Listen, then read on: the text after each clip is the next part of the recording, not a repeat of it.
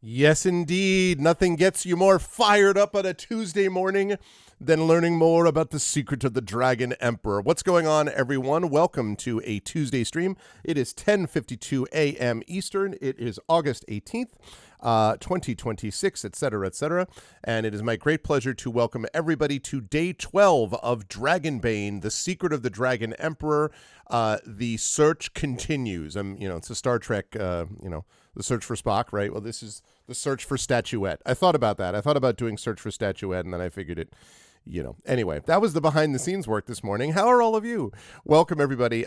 Very big day of streaming today. Very excited to get rolling with all of it. And before I do so, a couple of reminders about ways to support the channel. If you haven't done so already, please follow the channel. That is always appreciated. If you have not already done so, please check out our Discord, !ArvCord. You can hang out with the Arvanauts in between streams. Please make sure to follow and subscribe to our YouTube channel. And if you're watching over there right now, thank you.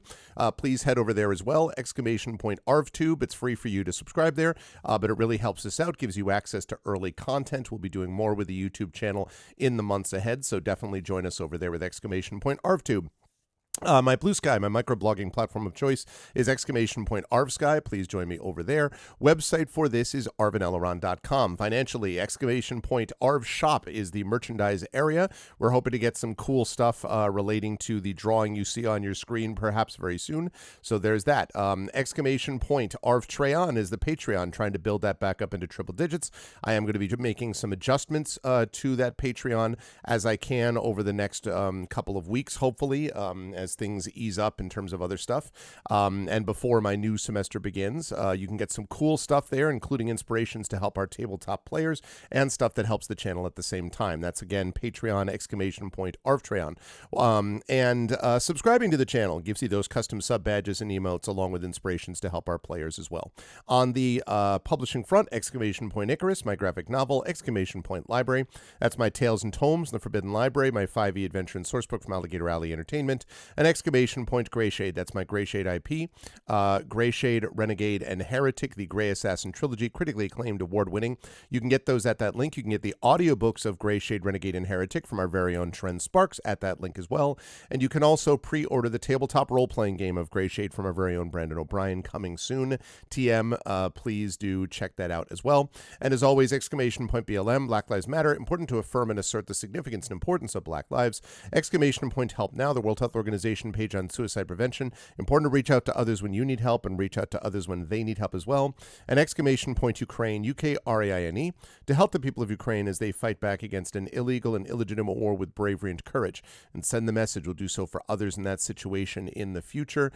Continued love to the people of Minnesota and Minneapolis, specifically people of Bittersford, Maine, people of Newark, New Jersey, people of Memphis, Tennessee, all those battling against federal occupation and invasion. We are doing the job. We are winning this battle slowly but surely, and we see you. We love you. Keep up the fight, and please continue to inspire what you're doing.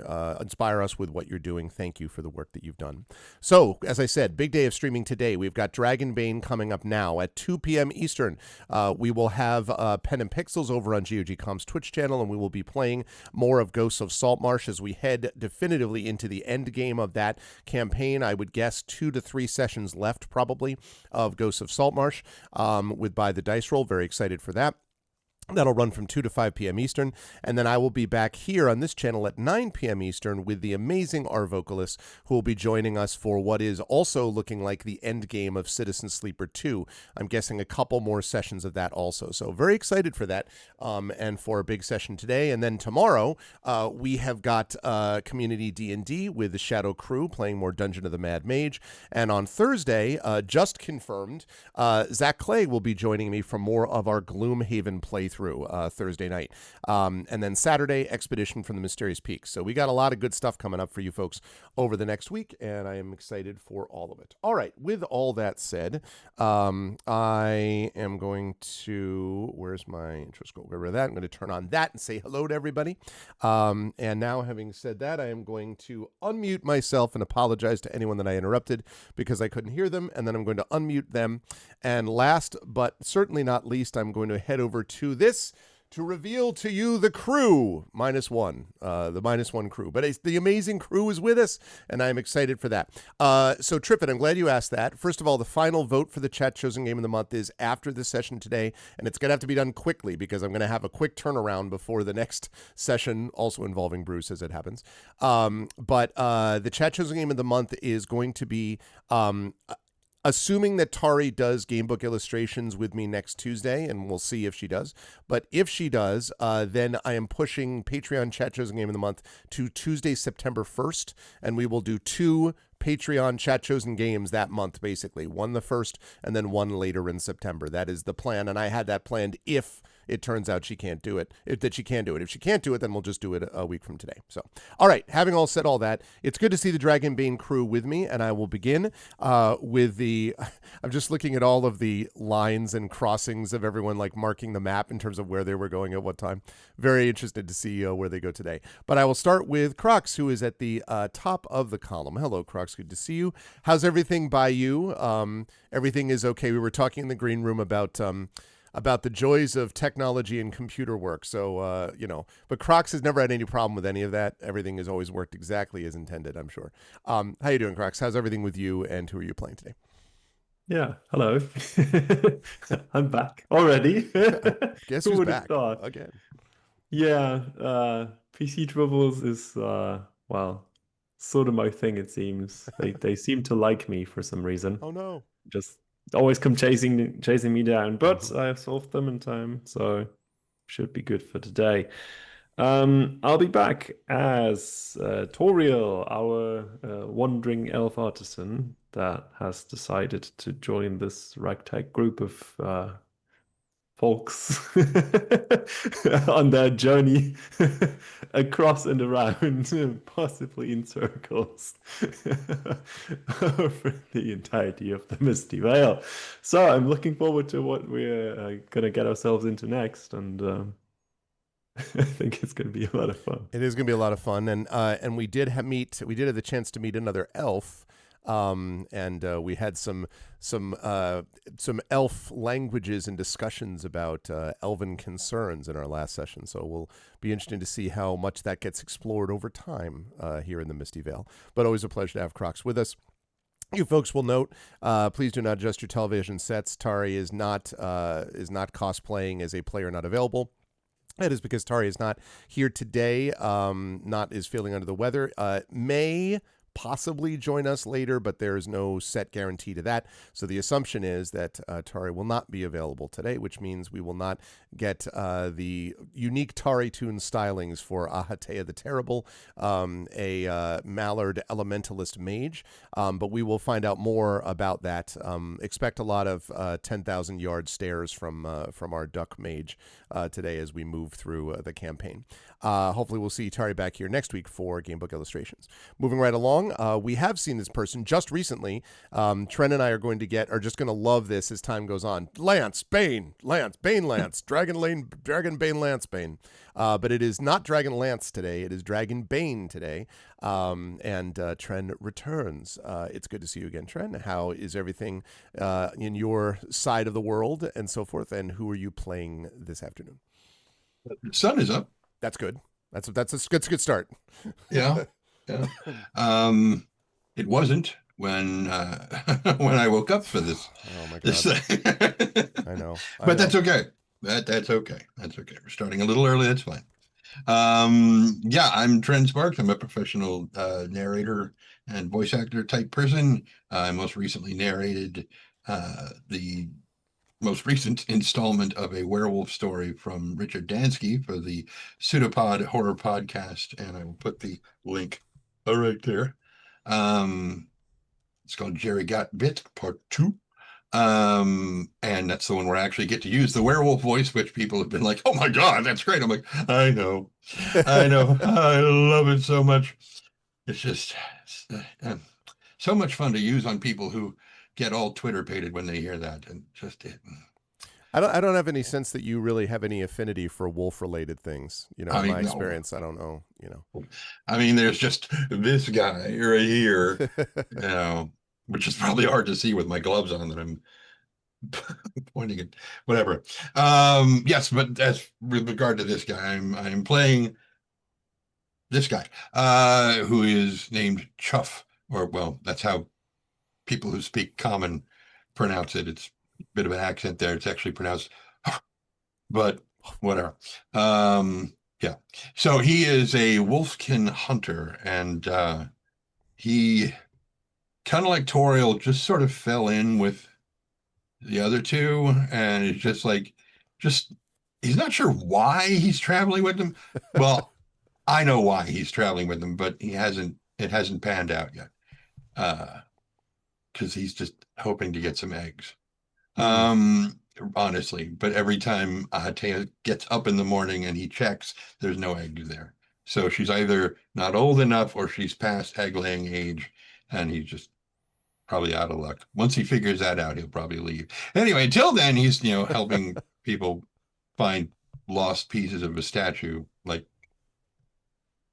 some kind of inverted Jenga tower or Yes, something. that's true. And he, Yeah. he could have stayed below the level of that river for a little bit longer. I mean, he could have, he could have let him pass on by, and I could have. but eggs were in the offing, so they'll be terrible eggs though. Like if they're, well, of course they would. Can't you wait until Frogor does the same thing? I mean, presumably. Presumably, but the eggs are probably smaller, and I think it's really a girl thing.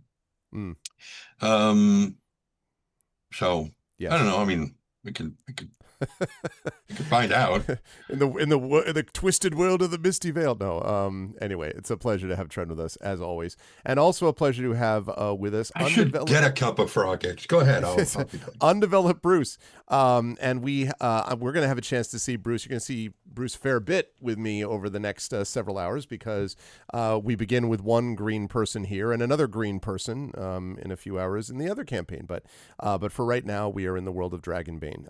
Bruce, it's good to see you. Thank you for dedicating multiple hours on a single day to several campaigns today.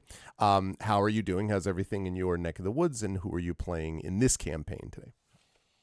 Yeah, I'm doing very well, thank you. My sprain/chip fractured ankle is much better, and I can do my neurodivergent little sits now, whereas for a couple of weeks I was forced to keep my feet on the floor, which is very difficult. Yeah. Everything's going well. I'm going to play Frogor. I do not recommend eating any eggs he may lay. And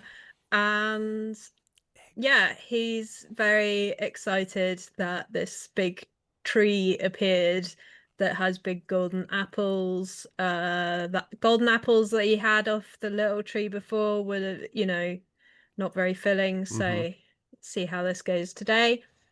Yeah.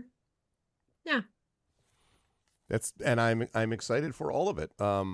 And especially since this party, I imagine, feels a little bit of maybe a sense of vague relief in that they're looking back at what used to be a fort, and it's not anymore.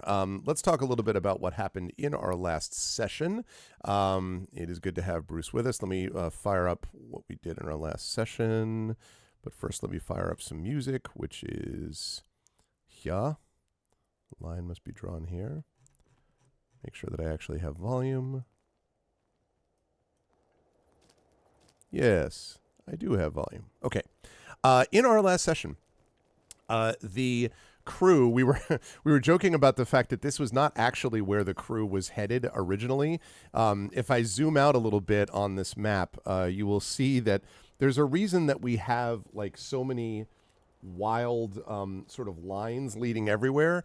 But the theory originally, I think, was that they were going to leave Outskirt and they were going to come here to this like weird sort of creepy tree.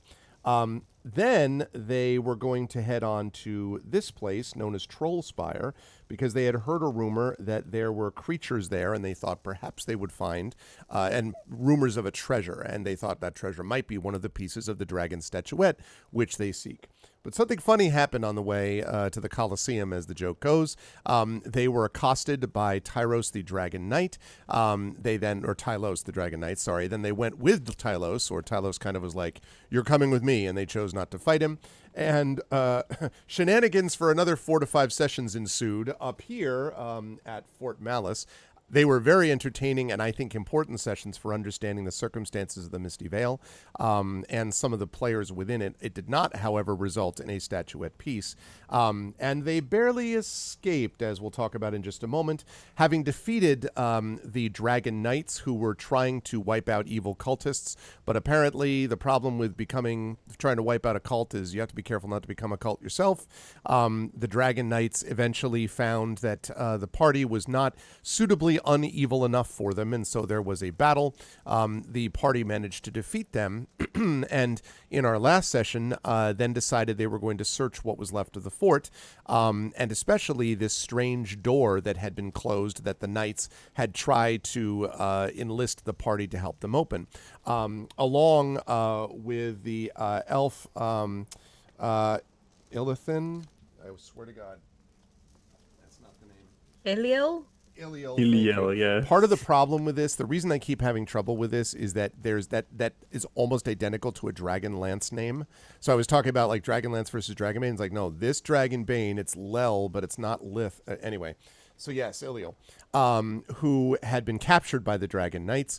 Iliel warned Toriel about the dangers of this, but both Toriel and Iliel were able to figure out the puzzle to open the door. Having opened the door, they discovered a terrible, twisted nature spirit, which apparently had been imprisoned there, which stalked out of the cellar where it had been imprisoned. As it was doing so, growing vines, growing bark, growing bigger. The party made the wise decision not to engage this terrifying nature spirit and managed to barely escape Fort Malice, having turned around within only about 5 to 10 minutes. The entire fort was surrounded and is now simply twittering forest land, and the world of nature has taken its vengeance upon what was left of Fort Malice. And so the party has escaped with their lives, with experience, with knowledge, and perhaps with an oath never to follow random cultish like Dragon Knight anywhere again, possibly. But in any case, they have escaped Fort Malice. And so now, as they stand on the road only about, a few minutes basically east of Fort Malice, they have to decide where they want to go. Trollspire is to the south of them, and they could make their way there because that's where they were headed originally. Or they could explore elsewhere, or they could go. It's up to them. The world is their oyster, so to speak. And so having said that, I will hand things back over to the party. What would you all like to do? So, this tree. Big old giant tree. His name's Rotlog, I believe. Golden apple situation. How's that looking? If you look back at the thing, you can just see sort of the swaying, trees at this point. If you look back there, and if I can find my notes, there we go. If you look back there, you can see this enormous apple tree, as I mentioned, at the center of this nature, preserve, essentially. And you do see some glinting bits of gold in the tree, because you're not that far from it. Yeah, Frogor would like to, as long as he can see that, the tree's not continuing to be in imminent danger to, grow roots over the top of the party where they are right now. He'll go back.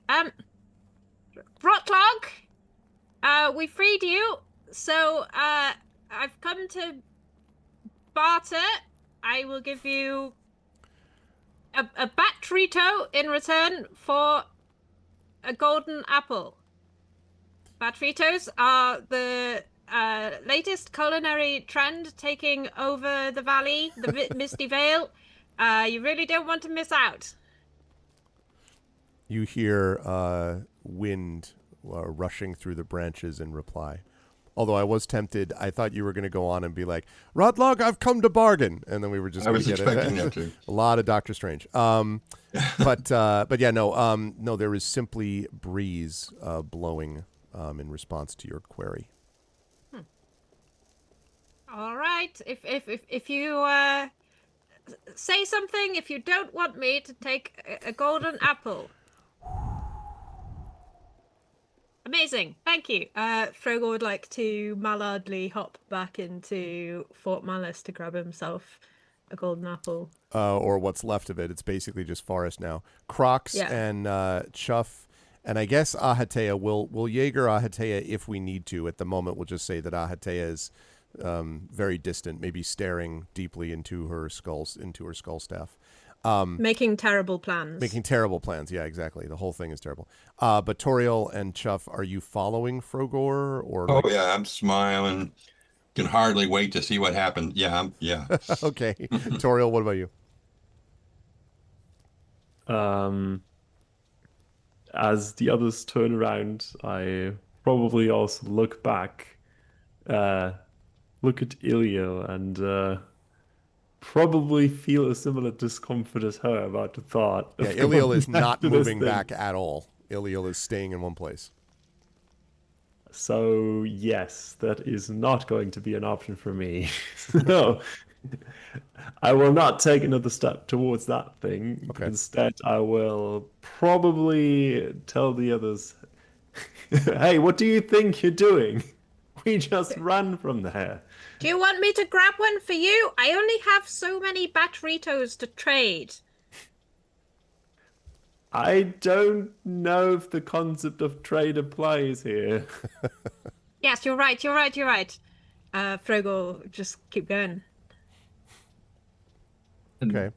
Chuff is about halfway between the two groups, and he just kind of stops and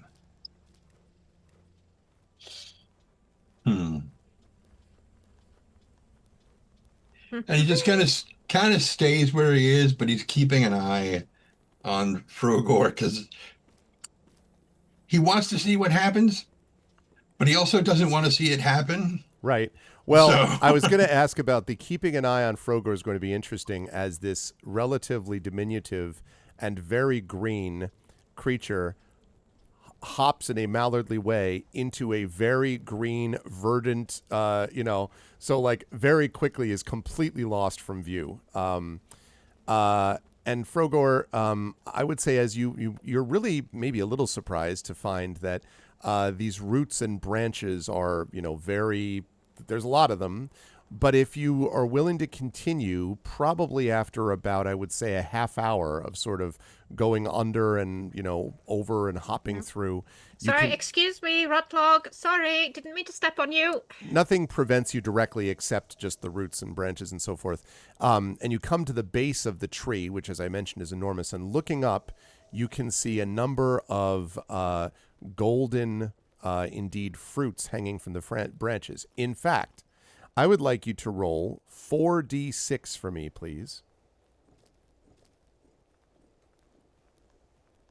4d6. 19. There, that was a good roll. There are 19 golden apples Oh, hanging no. from the branches.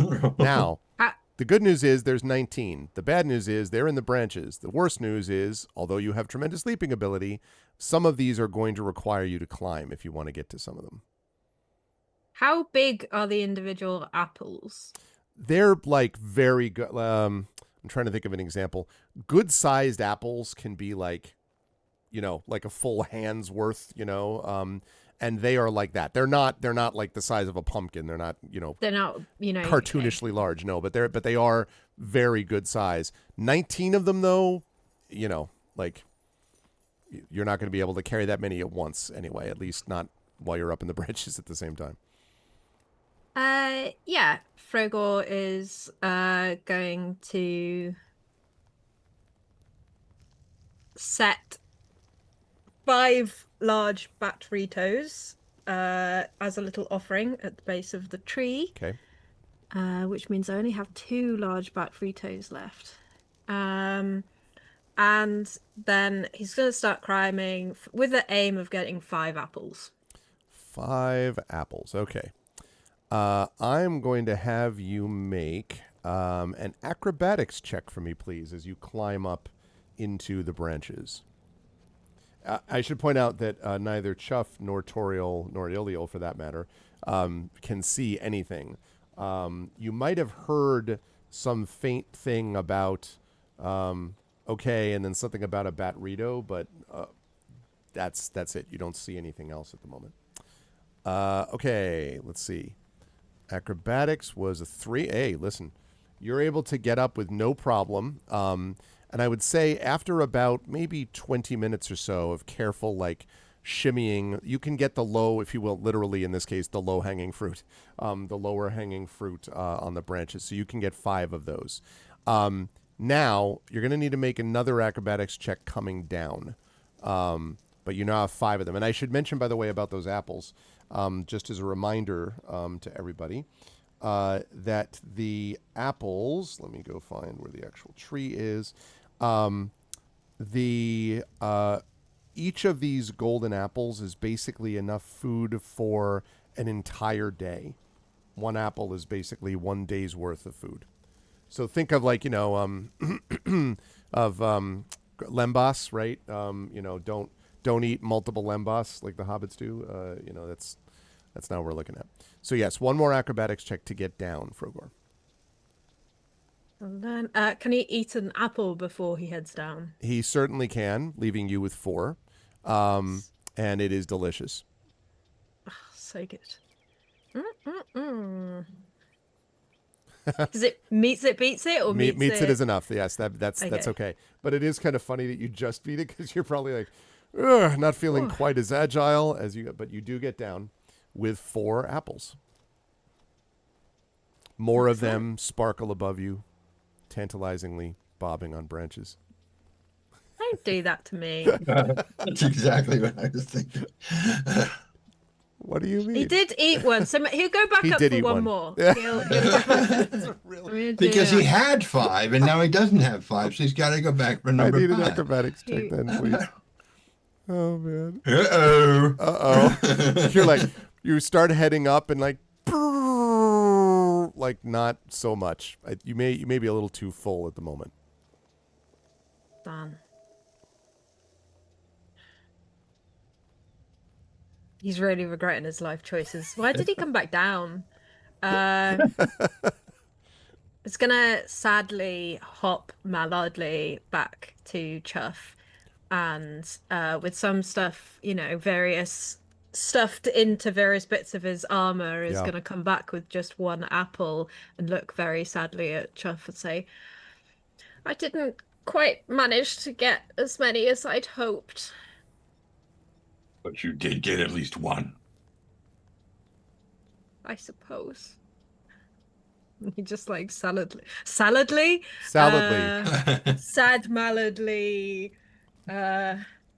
hops away, and as he's hopping, like there's apples falling out of him as he goes. Everywhere. He's picking them back up, shoving them into different holes, and they're coming out the bottom of his trousers. And yeah, we get the Chuff can probably smell the apple on his breath pretty easily.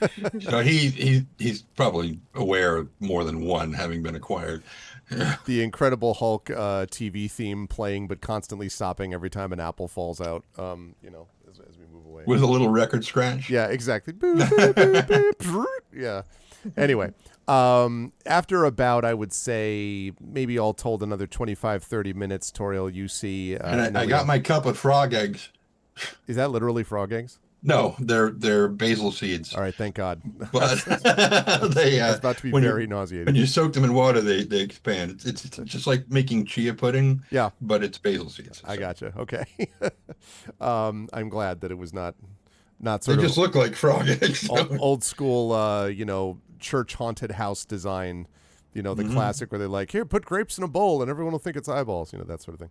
It's better if you peel the skin off. That's more. Yeah, that probably would help.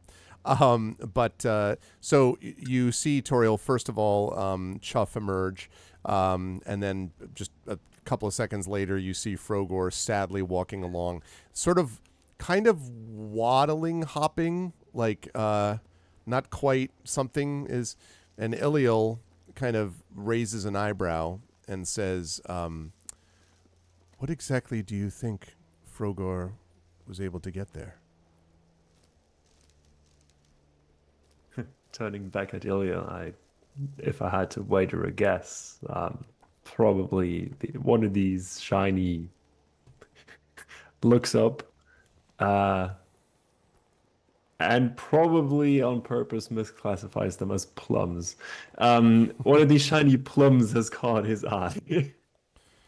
And she nods and she says, "Yes, apparently," and caught something else, and sort of glances down as the waddling, Frogor enjoying whatever it is that, I mean, not enjoying, sadly walking, in this moment as well. So, and having returned to the group, you can all now decide finally where it is you would like to go. And Iliel says, I should mention first before I do that Iliel says, "I don't know exactly where you are all bound, but I must return to my people in the east.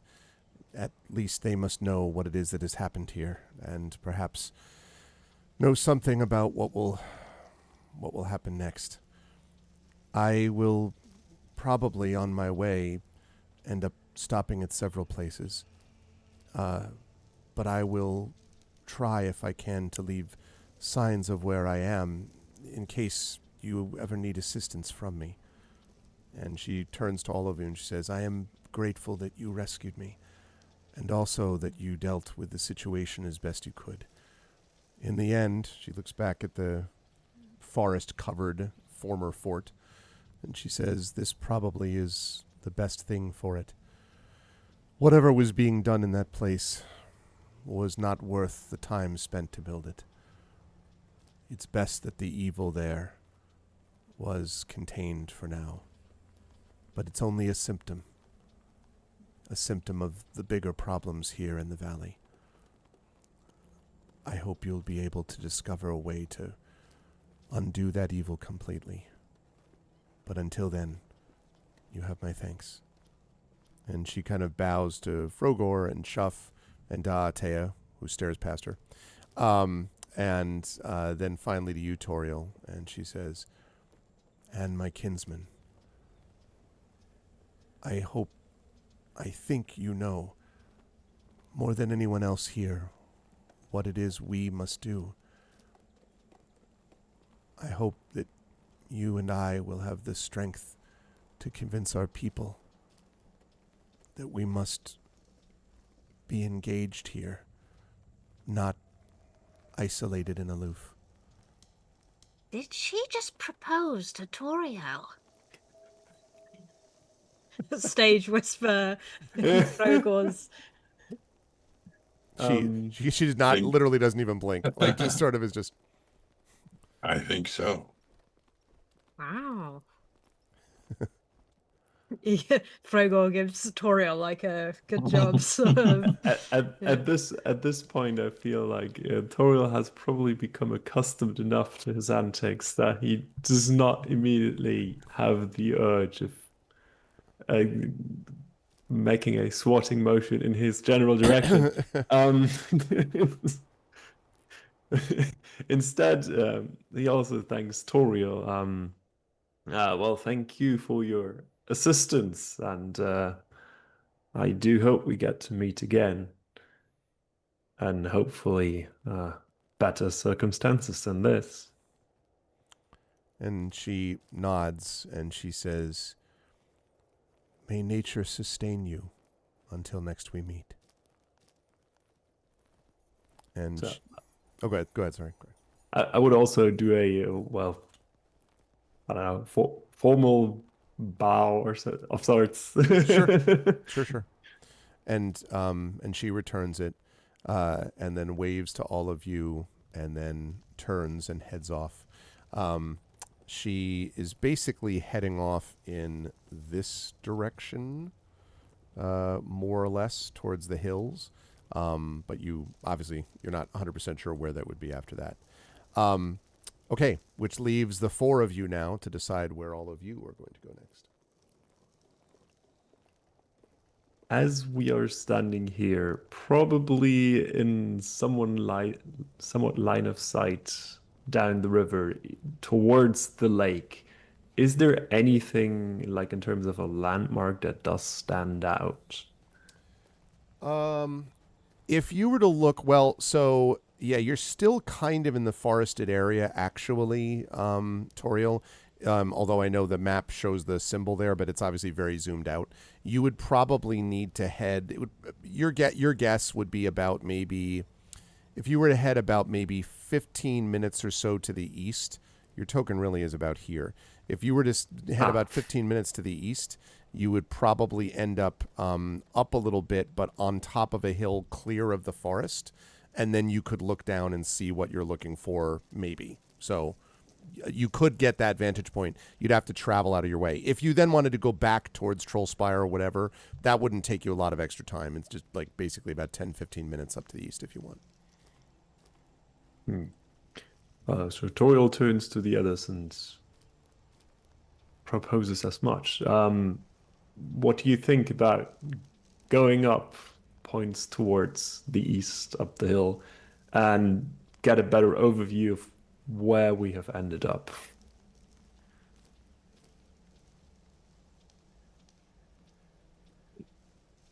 Situational awareness is always really good. Do we actually know where we are on the map? I mean, we've got a pretty good idea. We know where we were, and we were headed towards the tree, and then we got sidetracked. Yeah, I think you have a pretty good sense of where you are. You may not have as great a sense about what's around you where you are, but you have a pretty good sense of where you are on the map, yeah, I would say. Yes, good idea. We must keep Mistress Ahatea safe and comfortable. Lead the way, elf. And Toriel will not be told that twice, so he will start. I'm surprised he'll be told it once. Yes, start getting away from the tree. Right, that's the getting away from the tree might be the best part. Okay. I'm not going to make you do a journey roll for this. You're able to kind of make your way out and sort of up. I'll just move you up here roughly. And you're now clear. Whoop. Did someone move it back? Was that me? Didn't see it move. Oh, okay. Now There I it saw goes. it. There it is. Okay. So, once you get clear of this, you can see a few things. So first of all, the Kumer River is this river that you see right here. River runs through it and heads down to the southeast. Thank you, somebody, for picking up on that. Towards what is known as Mirror Lake over here. And you're not quite able to make out the details here, but there's a lot of mist obviously over the whole valley. There's a good deal of mist over this lake as well. But the river heads down in the general direction of Outskirt, although it then sort of meanders around and over, so like up and around basically. To the south, I will tell you what you see in the south about Trollspire in a minute. But one other thing I do want to point out in terms of landmarks is that you are quite close, actually, to the Dragonfang Peaks, which is right to the north. And the Dragonfang Peaks, which I will find right here, are basically a set of... this is where, when there were the orcs and goblins and so forth that had taken over the Valley of Mist for a time, a lot of them came through and from the Dragonfang Peaks. And as compared to the Kumer Mountains to the south, the Dragonfang Peaks to the north are considerably more difficult to cross. There are caves, up there. There are different structures that are theoretically kind of dangerous in terms of like natural structures. I mean, pillars and caverns and so forth up in the Dragonfang Peaks. That is quite a get ready for some dungeoneering, if you're going to go up in that direction. So the Dragonfang Peaks sort of limit the valley to the north. To the east, as I mentioned, Mirror Lake. You know that one of the other leads you were given initially by your contact back in Outskirt was over here where you see this village of the day before. That was way over to the east. And you had heard that there was this terrible curse upon that village. That is a considerable distance to the east. That would take you probably several days' travel to get to, especially because you're going over river and through forests and around lakes and stuff like that. The other thing I want to note, though, is back where Trollspire is, which is to the south, where all the arrows basically are pointing. As you look down to the south, to look at Trollspire, you can see this sort of this large, tall tower, even taller than Fort Malice was, which is basically, as you look at it, because you're right now, it's just about midday, maybe like right before midday, 11 o'clock or so. And as you look down, you can see that the tower rises above all of the stuff below. But the interesting thing about the below section of the tower, like what the tower rises above, is as opposed to the green that is all around you, the forest and so forth, that was where Fort Malice used to be. This area to the south of the tower looks largely red and black. Red and black interspersed with each other, not green. And that's all around the base of the tower and the sort of ruins which surround it. You obviously are way too far away to be able to know what that is, but it definitely looks to be like red and black in color, and the tower rising above it. So obviously licorice. I mean, clearly. Yeah. Mm-hmm. Yeah, it even says Twizzlers like on the outside. No. Exactly. It looks like it says Trollspire, but it says Twizzler. Twizzler Spire, really. Right. Yeah. Dr. Pepper Twizzlers. So from here, can we tell in terms of general geographics which way we can reach Trollspire? Is it only possible from the east, or can we also make our way through the hills, I suppose, that are between us? You think you can probably make your way through the hills, which is obviously the most direct way. Making your way through the hills is mostly going to be a matter less of once you get through the forested area that's, right around where Fort Malice used to be. Once you get up here, then you think it's basically just going to be hillsides that you have to go up and down. Now, they are obviously considerably easier to manage than, say, the Dragonfang Peaks would be, who, as Triffid quite rightly points out in chat, are called that because they look like dragon fangs, for sure. But you do know that in the hills, there are, dangerous creatures that can sometimes lurk. You would not be surprised to hear of a troll or two. Why there would be a troll or two in the area around Trollspire, I mean, who knows? But anyway, silly. you do think that you could get there if you were to go directly south over the hills. The other option to avoid the climbing is to basically follow. I'll freehand it because we definitely need yet another line on this map. But is to go this way, basically reversing the arrows, and then cut in like that. So you could also do that, which would avoid the hill issue. It would, however, add more time to the journey because you're going out of your way, going east to go back west, basically. So Rogol would like to make eye contact with Chuff and just very subtly, as Frogor does, point to the big bird with the egg on the map to the northwest of Trollspire, and say, "I'm still so hungry after I only managed to get one apple from that tree." I would imagine so. And yes, I noticed I don't think they're to scale, but Yes, but imagine if they were. I have been, unfortunately. Um, hmm.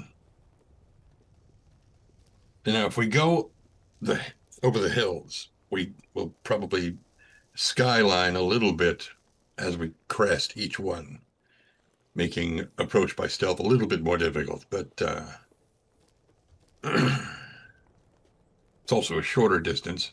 And on the other hand, on the hills, there's less trees, so we can see enemies if they are Yeah. near Yes, us. enemies, that's what we'll be looking out for. Yes, you're so wise, Jeff. What do you think, Ahatea?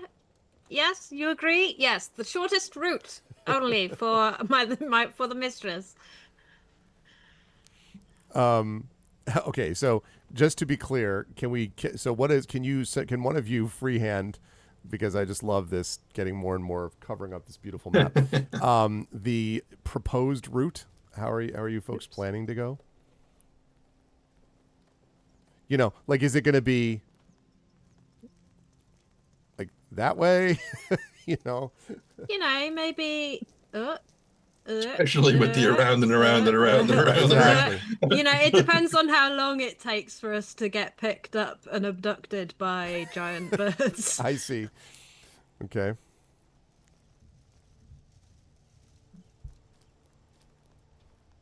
Okay. But the idea is to theoretically go south. Is that my understanding? So I would Or- assume we would go up the hill before then, probably going along the ridge towards that thing. That's yes. Although I'm having competing drawings. Whose is the light blue? Who's That the would teal? be me. Okay, so you're suggesting that you're going along the ridge line, so to speak. That probably is going to work just fine for Frogor and Chuff, I suspect. I mean, like, at least Frogor. I mean, I don't know, but Yes. Well, if you're really certain that this is the right way, Toriel, I'll have to trust your judgment on this. I mean, we're just gonna go make our way through here and maybe approach down there. After all, it's probably fine. probably fine. Okay.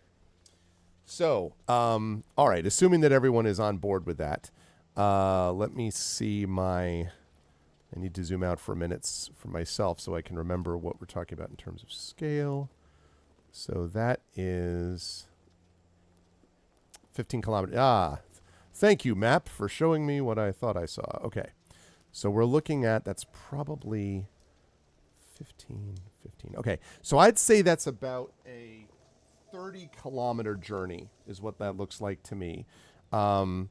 And so, since that is a 30-kilometer journey, you can hike roughly 15 kilometers per shift on foot, or roughly 30 kilometers on horseback. However, difficult terrain might slow them down, and it will slow you down because it's not going to be that fast. So I would say let's think about it more as like 10 kilometers per shift, which means if you follow that proposed route, and assuming nothing, untoward happens to you along the way, it would take you about 3 shifts, roughly speaking. Now, you are starting this shift in the day, which means if you march day, evening, and night, you could finish this and probably get close by about midnight. If you did that, though, 3 shifts in a row, that would be pretty tiring. That would normally during a day, you could do about 2 shifts, which would include a few short breaks.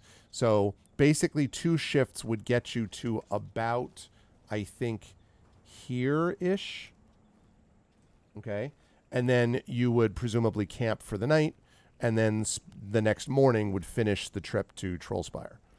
That would be the theory, if that is what sounds amenable to all of you. You could just try to push through it and just go, but again, there will be consequences in terms of rest.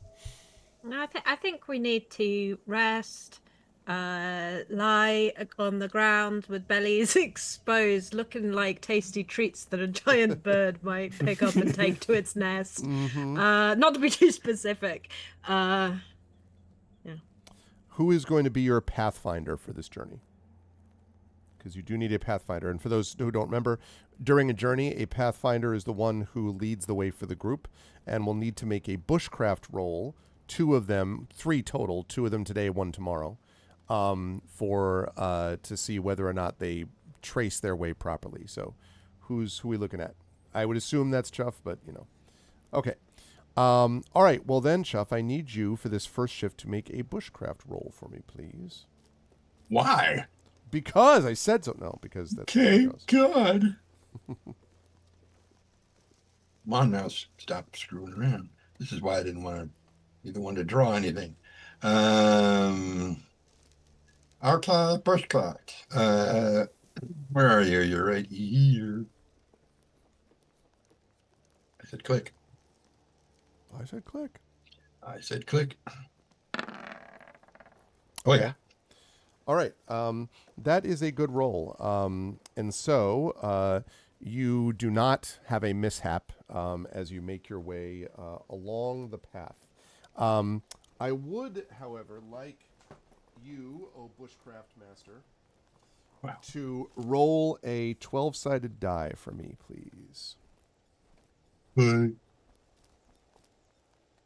Chubb's probably also going to be keeping his eye out for hunting stuff. Okay, yeah, I would have assumed. You also have your apples. I mean, not that there are more than one at all available, but okay. The wind just howls across the barren mountain slopes. Speaking my language. And the march proceeds. In fact, I'm using Mountain Pass is what we're using right now. Can't hear it, so it doesn't matter. Oh, well, listen, that's your fault, okay? You should have heard how Yes, it is. amazing that Mountain Pass was. It is. Okay, so you make your way across, and probably it's about 4:30 or 5 when you find yourself. And if you were all able to move the token, I'm not sure if you are, then probably you'd be about here. Yeah, I would say that's right. As you get closer to the western side of the sort of forest and right along the ridges of the sort of western portion of the Dragonfang Peaks, the smaller ones, you can see the mountains rising up to the west. And you occasionally think you catch sight way above you of something flying. It looks like a small bird from your vantage point, but then you see how far up it is, and you're like, may not be. If you can see it from that distance, you wonder how small it actually is. But at least for the moment, it remains up there and you down here.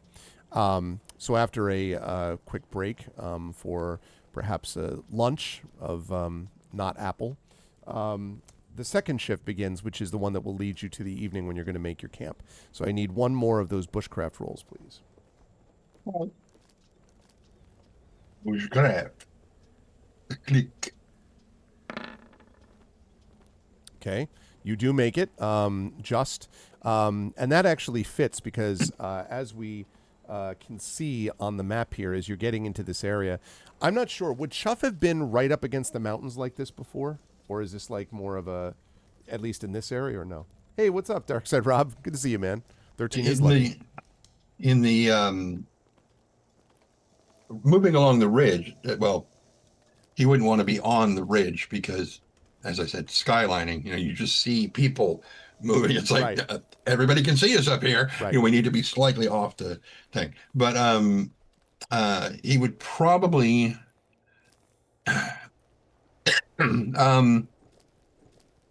as long as it doesn't look like there's any strong potential for landslides, yeah, he'd probably be close to the mountainside because it's just one less side that something can come at them from. Okay. Yeah, and over here, there's obviously not very much obvious greenery, at least compared to where you were. A lot of scrub brush and sort of small, wiry trees clinging to the mountainside and so forth. And the wind is quite noticeable here, probably a little bit colder as well.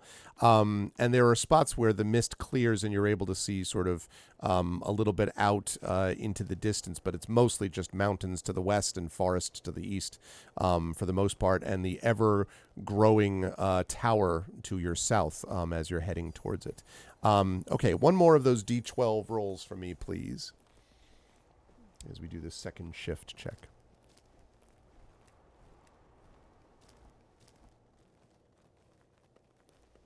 The dice roller.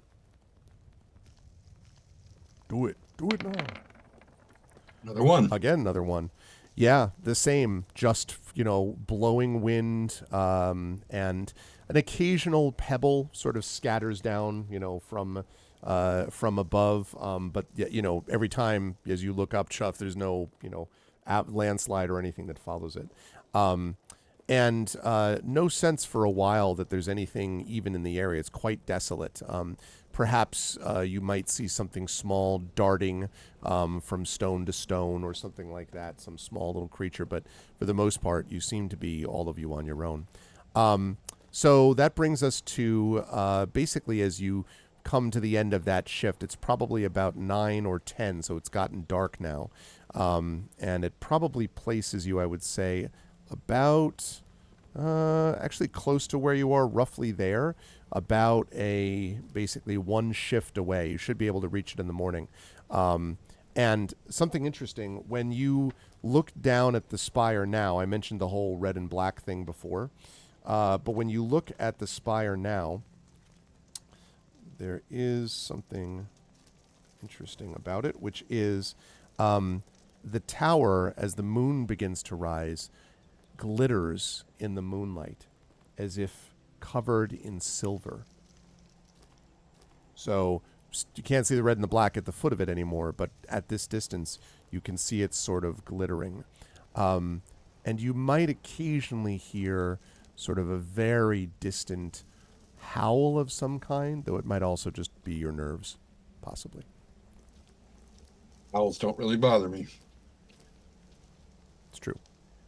Unearthly Frogor howls. is not paying any attention to that spire. He's looking the other way. He's like, everyone else is, carefully moving. He's hopping onto rocks, checking for nests. He's, watching the skies. He's not a bushcraft type of person, so he has no idea anything to do with eggs. He's pretty sure that mallards and all other birds lay gelatinous eggs in water. He's pretty sure that that's what happens in like clumps. So I guess he's also looking in any bodies of water that might be around. Yeah. Let me have you make, as you're doing all of these things, let me see Frogor for a second. Let me have you make a spot hidden roll for me, please.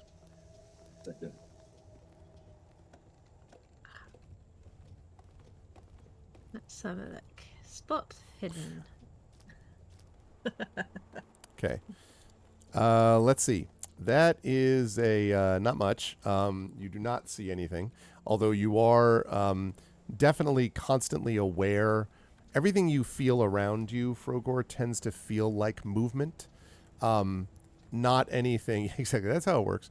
Like feels like movement. Not, so you kind of are like, oh, up there, like not a jump scare, but more like I see something. No. You do wonder once as you look up whether or not something is blotting out the moon for a moment, but you blink and it's gone, and you don't see anything else in the sky. Presumably you would have if it were continuing to be there. So you're a little jumpy, and I don't mean in the mallardly way that we know.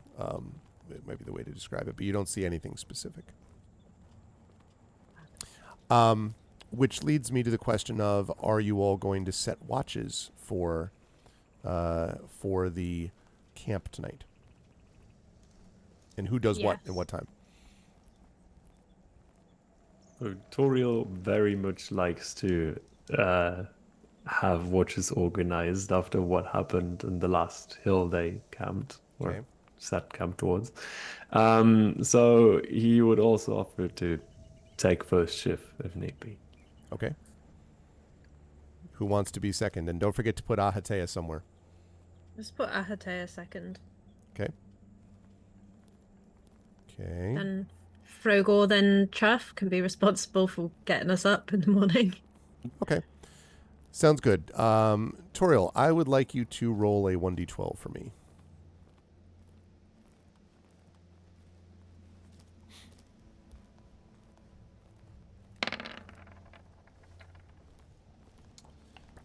10. Okay, interesting. Okay. Toriel, as the sort of time passes, probably about, I would say, maybe a few hours in, so maybe you have another hour or two left in your watch, you begin to notice that the wind is picking up. And the wind is blowing faster and faster around. And as you kind of look up, you can see something a little bit odd, which is that there is indeed, like the clouds are sort of in the mist, is kind of rushing hurriedly across the face of the moon. But as you're looking up, you can see that like if you look directly above you, it's doing that. But if you look a little bit further down the sky, the clouds are not moving quickly at all.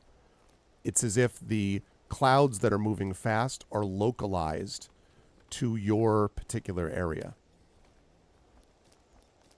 And as the wind picks up further and further, it feels like it's mostly centered near your camp. Fascinating. Mm-hmm. So maybe the first idea is there any sort of like hole or opening nearby that would offer some sort of protection from wind and weather? If you were to do a bit of a little bit of reconnaissance, you might be able to, a scouting trip, if you will, you might be able to find something like that. If it does not lead me too far from camp, that seems like a sensible choice. Several that I hours would later. make. No, just kidding. Just joking. Sure. Are you going to bother to wake anyone up, or are you going to just sort of head off to do, because there is, disrupting their rest if you do that, but it's up to you. Yeah, little wind never bothered anyone. It's probably fine. Okay. So if I just gotta wake them up as soon as I find, some shelter Okay. to actually have them. Hey, move there. Keep sleeping. It's fine. So, Toriel, you head off a little bit, not too far, but just sort of to see along, because you're pretty near the ridge already, but just to sort of see if there might be some cave or open areas you can get into. And as you, only about 5 or so minutes away, the wind has gotten very fierce now, so fierce that, in fact, you're having to, like, kind of, brace yourself a little bit as you step forward. And then you see something very strange, which is on a cliff a little bit ahead of you. Say again, what? Witches? Witches. On a cliff a little bit ahead of you, you see a hooded figure. And they are doing this above them. And there is a swirling, you can see pebbles and sand and a little bit of dust kicking around this hooded figure who continues to raise their hands and then swirl them about.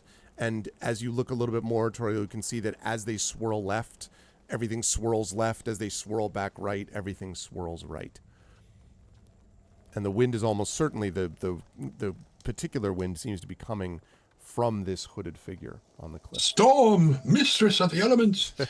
I was thinking more like, oh, Sir, not Sarah. Oh, Yeah. So there's Saruman. Yeah.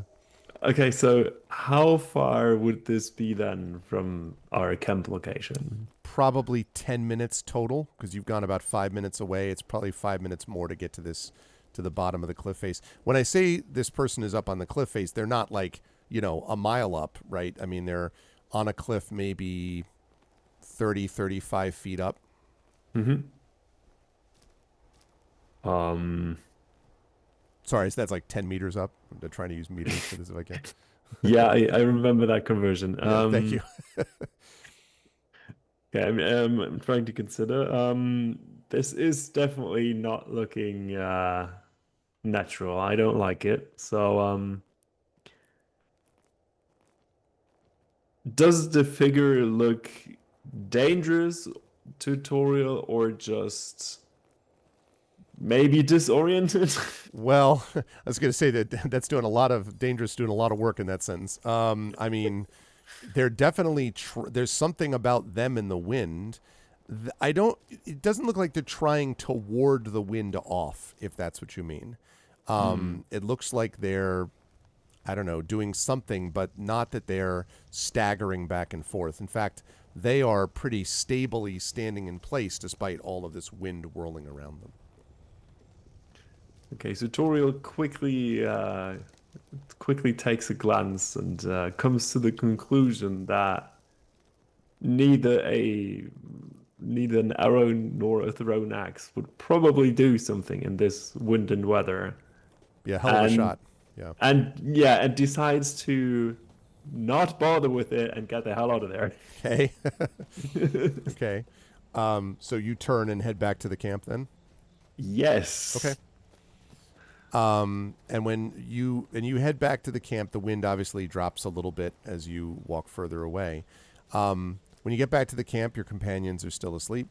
And probably if you just stay there, after about maybe 25 minutes to a half hour, the wind dies down. And it's just sort of normal from there. So probably Toriel remains a little uneasy from that encounter, but I would think. as long as it's quiet, it's fine. Yeah, Ahatea probably would get up and be like, "So, how is everything? Is everything okay?" You know, I wonder what you would say. Yeah, Toriel basically recaps the entire encounter as well. There was some dancing people on the hills over there, Oh, or the cliffs. I imagine Tari saying, "I wish I had seen it. I'd like to see that thing." I very much do not trust them. But that is no longer my problem. Okay, and as you change things over to Ahatea, since Ahatea is not technically with us at the moment except in spirit, maybe terrible things happen, maybe they don't. I will say that nothing happens during Ahatea's shift of any unusual nature. And as we move towards the middle of the night, well, past the middle of the night, like 2 a.m., 3 a.m. time, Frogor, you relieve Ahatea. And I need you, Frogor, on your watch to roll a 12-sided for me too, please. Does Ahatea pass on what she saw to Frogor? What she didn't see? It was boring. I'm only sorry, mistress, that you were forced to take part in this labor. We should probably work out another rota that doesn't involve disturbing your beauty sleep. And nods, immediately falls over and sleeps, I would assume. So yes, was that what was that, a 5? 5. Yeah. Okay. Yeah, for the most part, Frogor, your shift goes more or less uneventfully, although it should be noted that there are a couple of times, again, where you have this weird sensation of thinking, you're looking up at the face of the moon, which is now beginning to make its way down the other side of the sky, basically, and begin to set. And there are a couple times where you think something briefly obscures it, just for a moment, but then you blink and it's gone, and you hear no roars or anything like that, just sort of the wind and the occasional pebble rattling along next to you. But other than that, not much going on here, apparently. Which leads us finally to Chuff, who finally relieves Frogor, and I guess is prepared to get the camp ready. I would like you to make that 12-sided roll for me too, please, Chuff. Watch this. This is going to be fun. Double 12. Okay. Yeah, exactly. I said roll the gun. See? It's exactly what I said. Okay. Chuff, it's probably the early morning light, I would say. So we're now talking about that kind of faint dawnish gray where you can see things and the darkness is past, but it's definitely not, particularly visible. And probably there's a sense more than anything else around you that something doesn't feel right.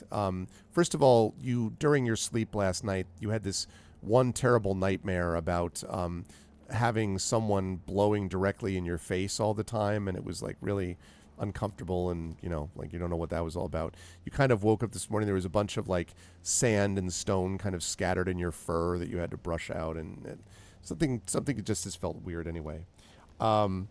But as you are sort of like looking around, you have this very strong sensation that you're being watched.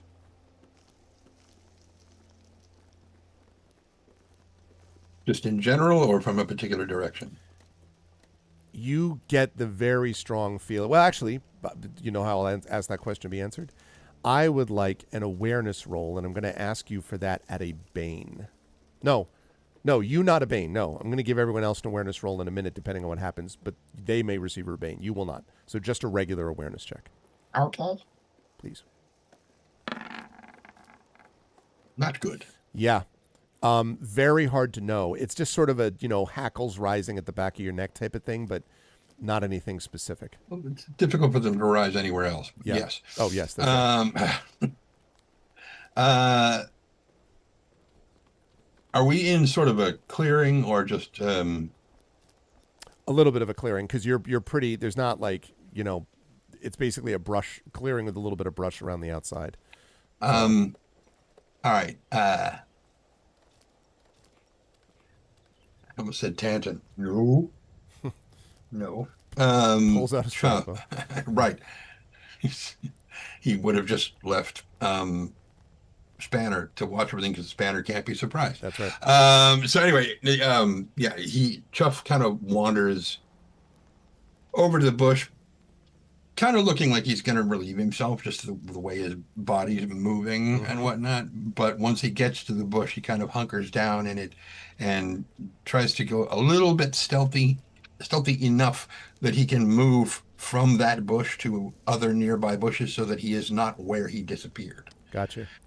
So you start to do that, and suddenly you hear a go, which I would say everybody hears. And as you look up, you see a winged creature diving directly at your camp, Chuff. I would like everybody here, please, to make for me first an awareness check. Chuff will still get this at a regular, but everybody else, Toriel and Frogor, needs to make this check at a Bane, please. Can you remind me, do Banes stack? No, but Banes and Boons can cancel each other out. Oh yeah, I could just use because I already have a Bane on awareness. Yeah, anyway, no, they don't my stack. helm. Oh, that's right. Also, I'm marking the Bane on my sheet, so I'll only have to roll once. Okay. Where's my combat music at? Oh, there we go. Right here. Oh, for once, No, I Toriel don't like seems that one. to be aware of his surroundings. There we go. Okay. There we go. All right, let's see. So let's find out what we got. So, Toriel is, even with the Bane, is aware. Frogor with the Bane is not aware. And Chuff at the normal is aware, which means that Toriel, you sort of snap awake hearing this cry to see above you a creature which is diving directly at you. And let me see if I have a picture of this thing.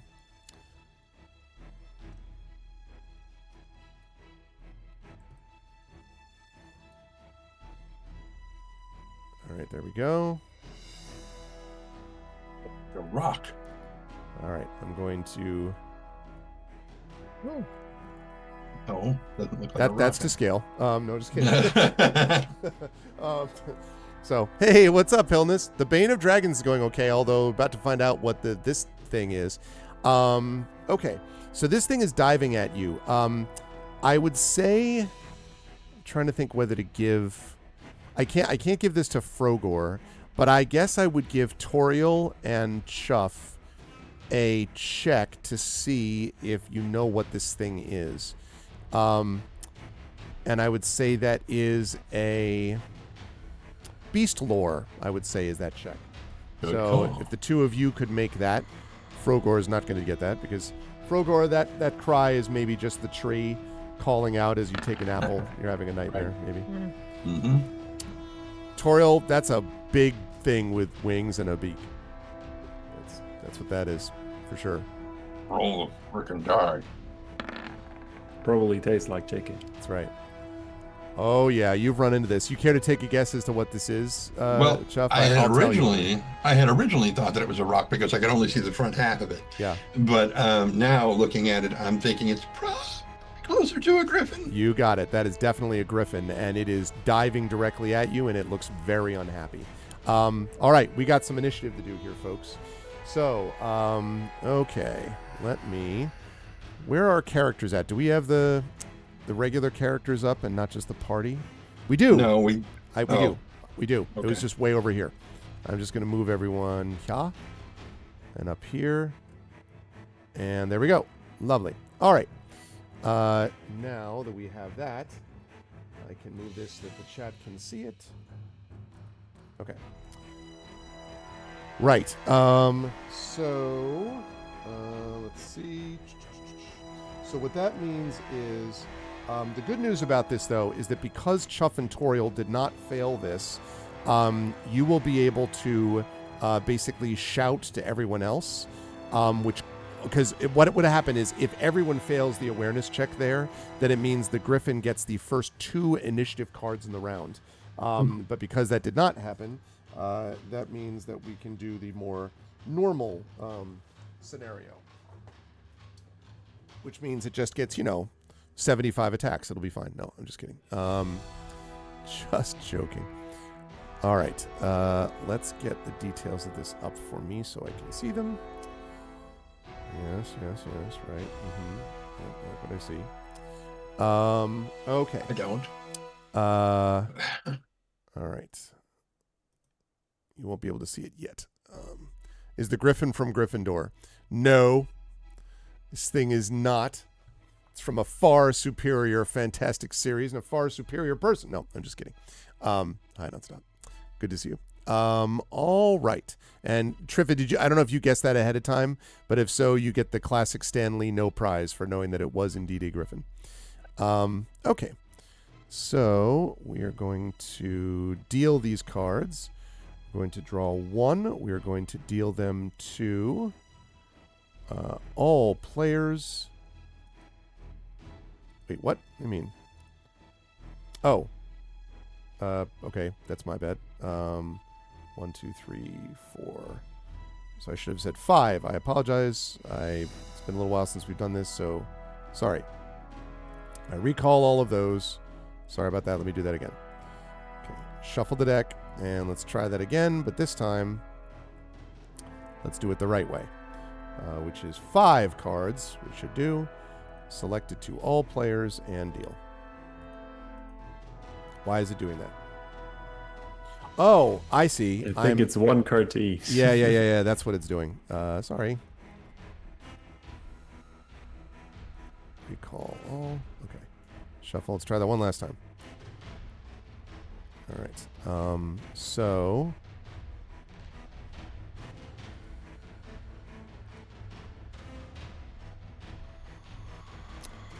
For some reason, it's not doing... I don't totally understand why it's doing this. Because it's not giving me... If I draw 1 card, and I deal 1 to all players... Oh, then it works. Okay. If I do the thing, then it works perfectly. Okay, that's probably right. Okay. All right, let's see what we've got. I will put my guy up there. Looking at it, too. How did the rest of you all do? All right, is that a 6 for Frogor? Yes. Okay. I'm going to reduce the size of this slightly if I can, Frogor, to make it easier. Okay. All right, I'm going to drop that down like that. Great. Okay, so that's you. Is that for yours, Toriel? Are you not? Yes, it is, and I'm fighting the rotation controls. They want to not rotate the card, but they've decided to do it anyways. How's that? Is that better, maybe? Somewhat. Yes, excellent. Okay. There we go. And Chuff, that means you got a 3, if I'm understanding that correctly. Correct. Okay, great. All right. Now, for I will deal one more card to Ahatea. We're going to deal this to just Tari. One. That's not wanting to do it. Okay. Just go out there and do this thing. Okay. There we go. That is looking like a 9, which is appropriate for Ahatea here. Okay. All right. So the first one to act, also appropriate, is going to be the Griffin. And the Griffin is going to, giving its piercing cry again, is going to dive directly at you. Let's see. It's going to do this thing. Where's it going to go? Let's say... so many good options. Okay.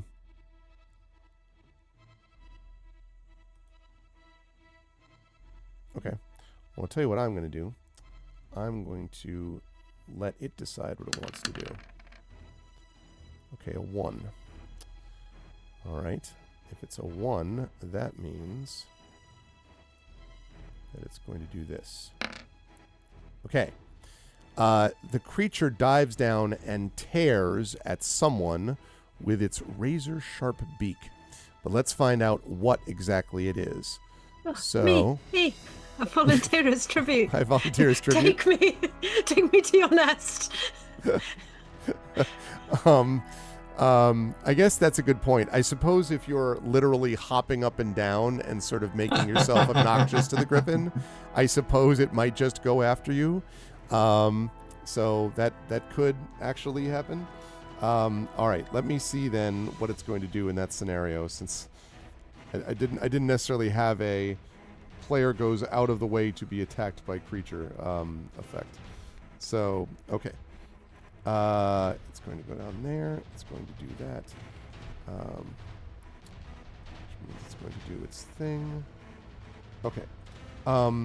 So this thing. Monsters, right? Okay. So this thing is going to attempt to attack you with its beak. So what I need to know is that is going to be a 5. So the question is, are you going to attempt to... Well, I'm trying to think about whether what it's suggesting it might do is going to be something that actually counts.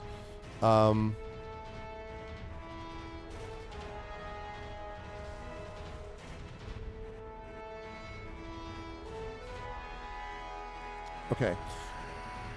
So it is, I think, going to hit you, Frogor, but you can attempt to either parry or dodge this thing. And if you were to do so, you would require a shield, which I think you have. So you could either parry it or dodge it, or you could theoretically just take the damage and let your armor sort of handle it. At the moment, we're looking at 5 damage that it would do to you. But you do have armor that would mitigate that considerably. So you could do that, and then you would hold on to your turn, basically. Otherwise, parry or dodge would replace your turn, but it also could negate all the damage. Well, I've got 5 armor, so... Okay. So it will come down, and you just sort of can avoid doing that. Okay. So then it will... That's what it's going to do. It's going to come down and attempt to do this, but you will sort of turn your body to allow its beak to snap on your armor, or is that what we're looking at here? Yeah, I think it's maybe more chance Frogor thinks that he's about to be picked up, so he turns himself to be easier to pick up, but the bird's not trying to pick him up, so okay. He just Alrighty. Okay. So, you are able to keep from being picked up the thing, which means that Chuff now is ready to go. The creature is, it flew down, attacked, and then flew back up. It's not out of range or anything, but it's definitely maybe, 1.5 meters or so off the ground at the moment. Maybe 2 meters. No, I'm sorry, that's wrong. Meter is 3 feet. Maybe about 4 to 5 meters. Sorry. All right. So Chuff is still sort of hidden in the bushes. That's true. As best he can be, but he sees what Frogor is doing and realizes that Frogor is trying to get carried off to the nest, and he's like, "Oh no!" And so he just draws his bow and he's like, "They don't lay eggs!" And he's gonna shoot him. He's gonna shoot him, the griffin. Not. I love to know what Toriel thinks about that. Like, why are you what? Like, like it is Frogor horribly disappointed. You know what I mean? Like, just anyway. Okay. Yes. So go ahead and fire away at this thing. Oh boy. By the way, chat. One thing I wanted to mention: monster attacks always succeed. The issue is how much you mitigate or affect the damage. That is all balanced out by armor, by dodging, by parrying, and things like that. But monsters do not need to roll to attack. So, in case everyone's wondering. Think. That would be a hit. A very palpable hit. Okay. And is going to do 8 damage. All right, let's see how much can be mitigated here. All right. Okay. Strikes it in the shoulder. You hear this, and Which it angrily. shoulder? It's. They have 4, so. Oh, I suppose that's true.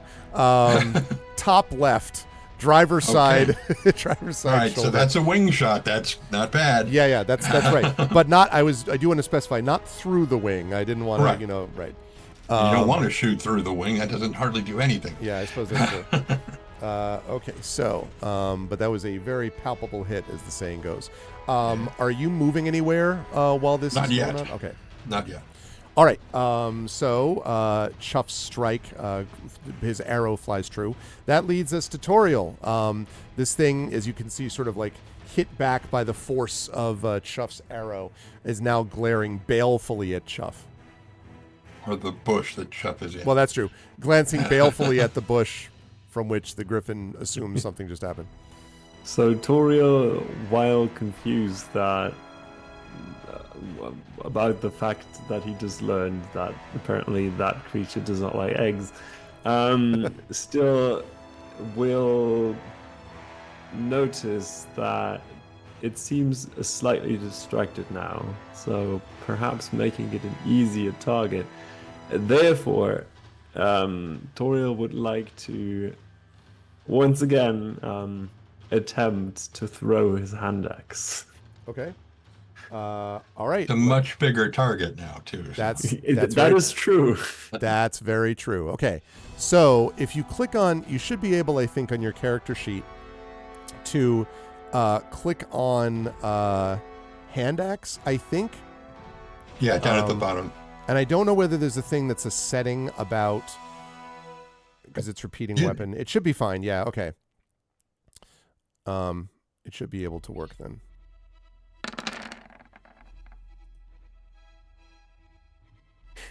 That would have been great if it hit. Yes, but it did not. It goes flying past the griffin's passenger side shoulder, and sort of you hear it like, and it's a mighty throw. So a long time later, you might hear this clink far in the distance. But the creature does not probably even notice, Toriel, that you threw an axe at it. So do you want to move anywhere? Yeah, it's of course unfortunate. Is there like some sort of tree or tree trunk or There's no trees here. Stone nearby where you could take some sort of cover? There might be a bowl. In fact, I think even the hiding in the bush thing is probably a little overstated given the size of these bushes. I think there's probably a couple of like medium-sized stones. There's really not much around here that would give you a lot of cover, but maybe, like say knee high, you could maybe crouch a little bit. Problem is that it's attacking you from above, right? And so it's not like it's from a distance and firing at you. So yes, a little bit, Toriel, but not a lot. I mean, it's still better than being out entirely in the open. At That is least true. This is what Toriel is convinced of, so he will try to cower behind one of these probably too small for him rocks. Pretty small rocks. Okay, sounds good. You only need to be a smaller, a slightly more difficult target than, you know, the other people around you. Including the mallard that continues to jump up and down, waving its arms. Although maybe not now, Frogor. It's your turn. Did you, of course, heard they don't lay eggs? Does that change anything for you or not? There's no way this thing doesn't lay eggs. Like, sorry, that's just not true. There's no way. It would take like a 10-minute conversation around a campfire, lessons in zoology. See, when a mommy griffin and a daddy griffin love each other very much. They still don't lay eggs. They still don't lay eggs. Hi, Big Boss. Good to see you. How many meters in the air is it? Probably at this point about, let's see, because it just dodged that other one. So we're looking at about 4 or 5 meters in the air. Excellent. Frogor would like to make a leap. I wondered if the leap was going to come into play. Yep.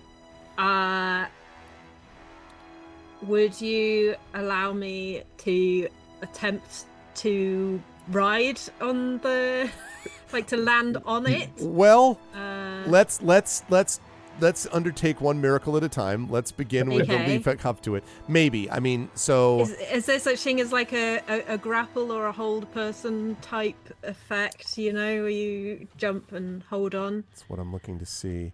Actually, riding. Geez, do I give it? This is one of those ones where I desperately want this to succeed, but I really have to be fair to the conditions. I will give you a riding check at a Bane. I don't think it's fair for me to be like in the middle of combat, you know, check me out. Like, so I'd say riding at a Bane. And if you do manage to tame this griffin, Hogor is going to be upset. Yeah. Because, because Hogor already is like, you know, in fact, may have been some food for the chicks down here, you know. Anyway. Prince Justin said, good to see you again, Big Boss. Prince Justin said, I honestly thought they do lay eggs because I think of their children in nests, not in dens. But I can see biologically why you could have them be viviparous. Ooh, I mean, mammals never lay eggs. That would be silly. You're attacked by a platypus. Yeah. Okay. So jump your movement horizontally, blah, blah, blah, blah, blah. A jump ending and a melee attack. Now, this is interesting. A jump ending and a melee attack adds a boon to the attack roll, but we're not attacking here. We're riding. I tell you what, because you're leaping, I'm going to take away the Bane, but I can't give you a boon to this. I would say just a straight riding check then. All right. Okay. Well, guess what, chat and people and players? So Frogor, you land directly on the back of this thing. And the creature, which was sort of like, you know, like looking at you, when you land on it and you don't like drive your sword into it or whatever, it just does this, and it's like waving its claws around. You are currently riding this thing. I want to be very clear. This is not at all tame at all, okay? And it is not happy in the least at all. So you're on the griffin for the moment. What do you want to do when you're on there? Just like hold on for dear life, or like what's the plan, Frogor? Yeah, hold on for dear life, screaming, to the nest! To the nest!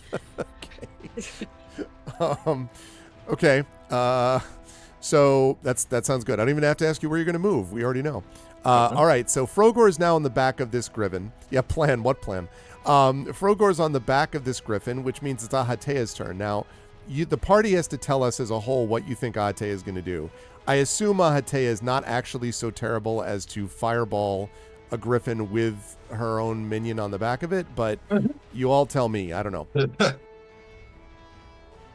She'd probably know that he's going to be fine, but that might be taking a little far. If there is a concern that the rock might actually fly away with Frogor, she might be better off fireballing it out of the sky before that happens. Yeah, I will take guidance from what the party thinks Hatea is likely to do. What other spells does she have? That was my question. Okay, let me double check and I will tell you. So, Hatea the Terrible has the following things. Not that. Oh, actually, where are your character sheets here, Hatea? Is it settings? No. I wonder where to find. Oh, there we go. Abilities and spells. Ability ill-tempered. Oh, I guess she doesn't have. Well, she doesn't have spells on here. She is an elementalist. Yep. So she would have. This is a little bit of seat of the pants here because I thought she would have spells listed on here, but she doesn't. But we all know that she has Fireball. I don't know that she has something like Gust of Wind, which is a possibility. She would have, in general spells, we know that she has Sense Magic. We know that she has Light. And I think maybe like an opening spell of some kind, but I don't know that we know specifically beyond that what the spells are. At least I don't have them here. We'll need to remember to ask her about that next time.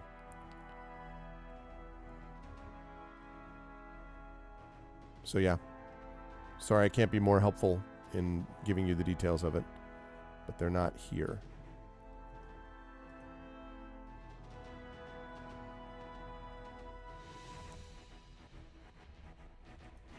I think she would cast Pin Griffin.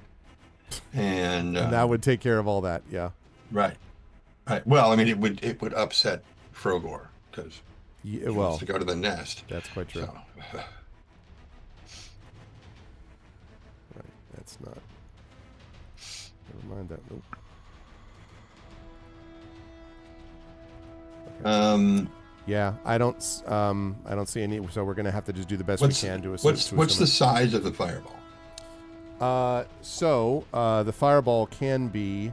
I don't know what the physical size is. The fireball itself. I mean, if I had to guess, probably a fireball itself, when it reaches the creature, it doesn't explode quite the same way that it does. That it does in D&D. But it's the rank that you cast it at. So, because every power level you can do up to level 3. The typical one would do 2d6, and then she could cast it up to rank 3, and that would be 4d6 damage. Or would be creating another fireball that hits another target, but there's no reason to do that because there's one target. So right, because what I'm thinking is the Griffin's probably big. It is big. Oh yeah. So she'd probably aim for the back of the creature and hope to avoid hitting Frogor in the process. She could still cast Fireball in that regard. Yeah. How about this? What if we say that if you want to have her cast Fireball, I would let her do it at a Bane to avoid hitting Frogor, or just normal, and then you deal with what you deal with, and then it depends on what you all think she would actually do, whether she would want to avoid hitting Frogor or not.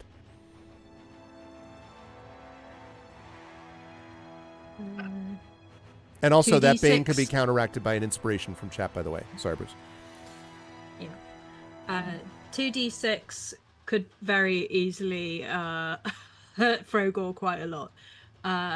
So yeah, maybe I'd be happy for her to roll at a Bane. Okay. So... you know your mistress better than I. Okay. All right. Well, then if she's going to do that, then I hate to play a player character myself, but it's probably easiest because I have access to it. So she would be casting Elementalism. Would she do it at a higher rank, or would she do it at the basic 1 rank? Yes, there are channel inspirations. That's true, Prince Justin. We do have those. We have 2 of them for this month, actually. I don't think she'd upcast it yet. Probably not. Yeah, so she would just... I think she'd want to get a feel for the thing and know whether or not she needs to burn the extra power. Okay. Oh, thank you, Prince Justin. Our Prince Justin has used one of the channel inspirations for the month and is inspiring, so that means it's just a normal roll, not at a Bane. Thank you, Prince Justin. Thank you, Okay. Prince Justin. Or should I say Eladane? Eladane. Okay, so I really don't understand why I can't find the actual spell thing to cast. Because you wish it. Because Thank you. you wish it. Thank you, Christopher Lloyd, as the Klingon Commander Krug. Okay, there we go. Yes. That will definitely hit. Okay, so now I'm doing this a little bit backwards, but it's okay. So now we do the actual roll, which is 2d6. And that is 8 points of damage. Okay.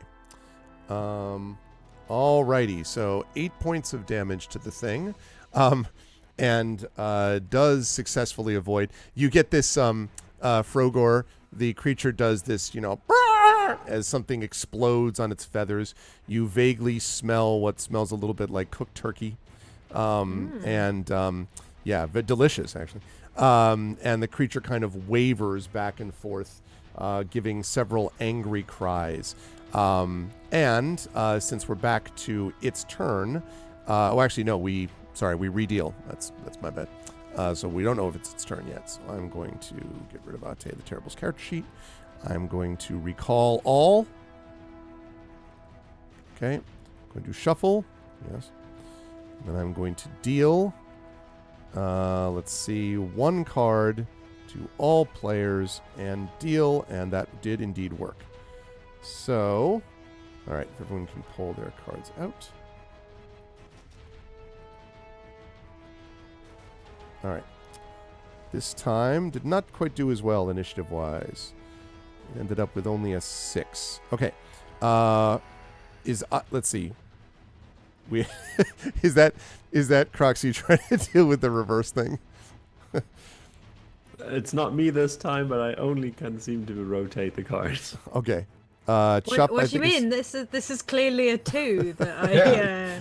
So you and I go at the same time. That's all it means. How do I even? What did you even? How do I even fix this? It's My 2 is bigger. if you okay. Can I? Let's see. You should be able to. Okay, that did something. There we go. Hey, we worked it out. Okay. Right. Okay, that is a 9. All right, I was going to say, let me just I'm only reducing the size so that we can actually have everyone see it. So I'm rotating yours a little bit, Frogor, and then you can put it maybe to your left-hand side. Okay. And Hatea got a 10. All right. Probably still wondering about the fireball situation. Okay. Right. So first up to operate then here. Thank you for the inspiration. That was very useful there, Prince Justin, and needed. Okay. That's going to bring us to Chuff. You will have the first attack on this thing. This thing has been hit a couple times.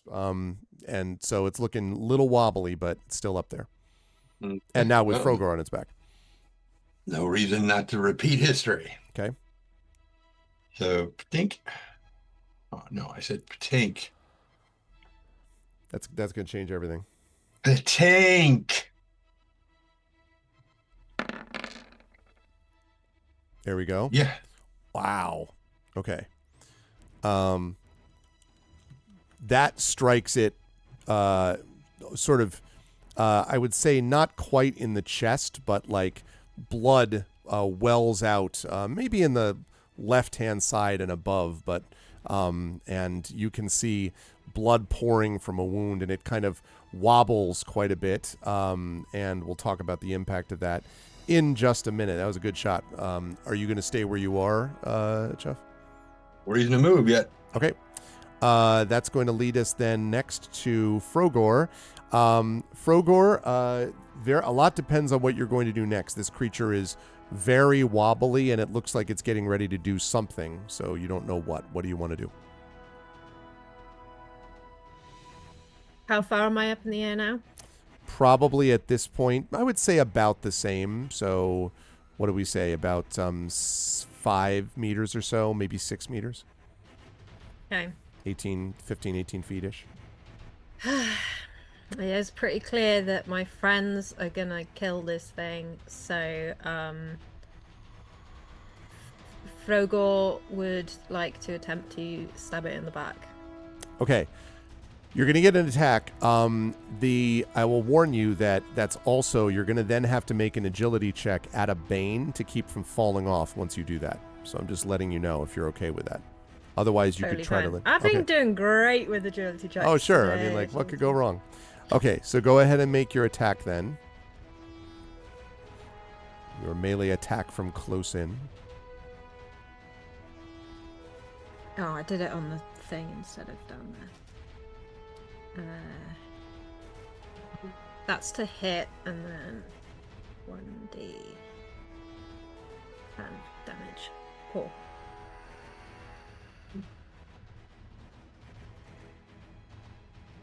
So yes, definitely a hit for 4 damage. I can't see. Oh, I didn't see. I thought for some reason it didn't make that noise. I'm sorry. Right, 4 damage. Okay. Yeah, it does not kill it, but it looks pretty weak, and you are now going to need to make an agility check at that bane as promised. The problem is that being on the back of it like that, you've got to get around the shoulder blades. All 4 of them. So, yeah. Reaches around, slits the griffin's throat. Wait, how is that work? I was going to be like, suck its eyes out of its head! Agility, it doesn't make much of a difference to me. Do you mean agility acrobatics?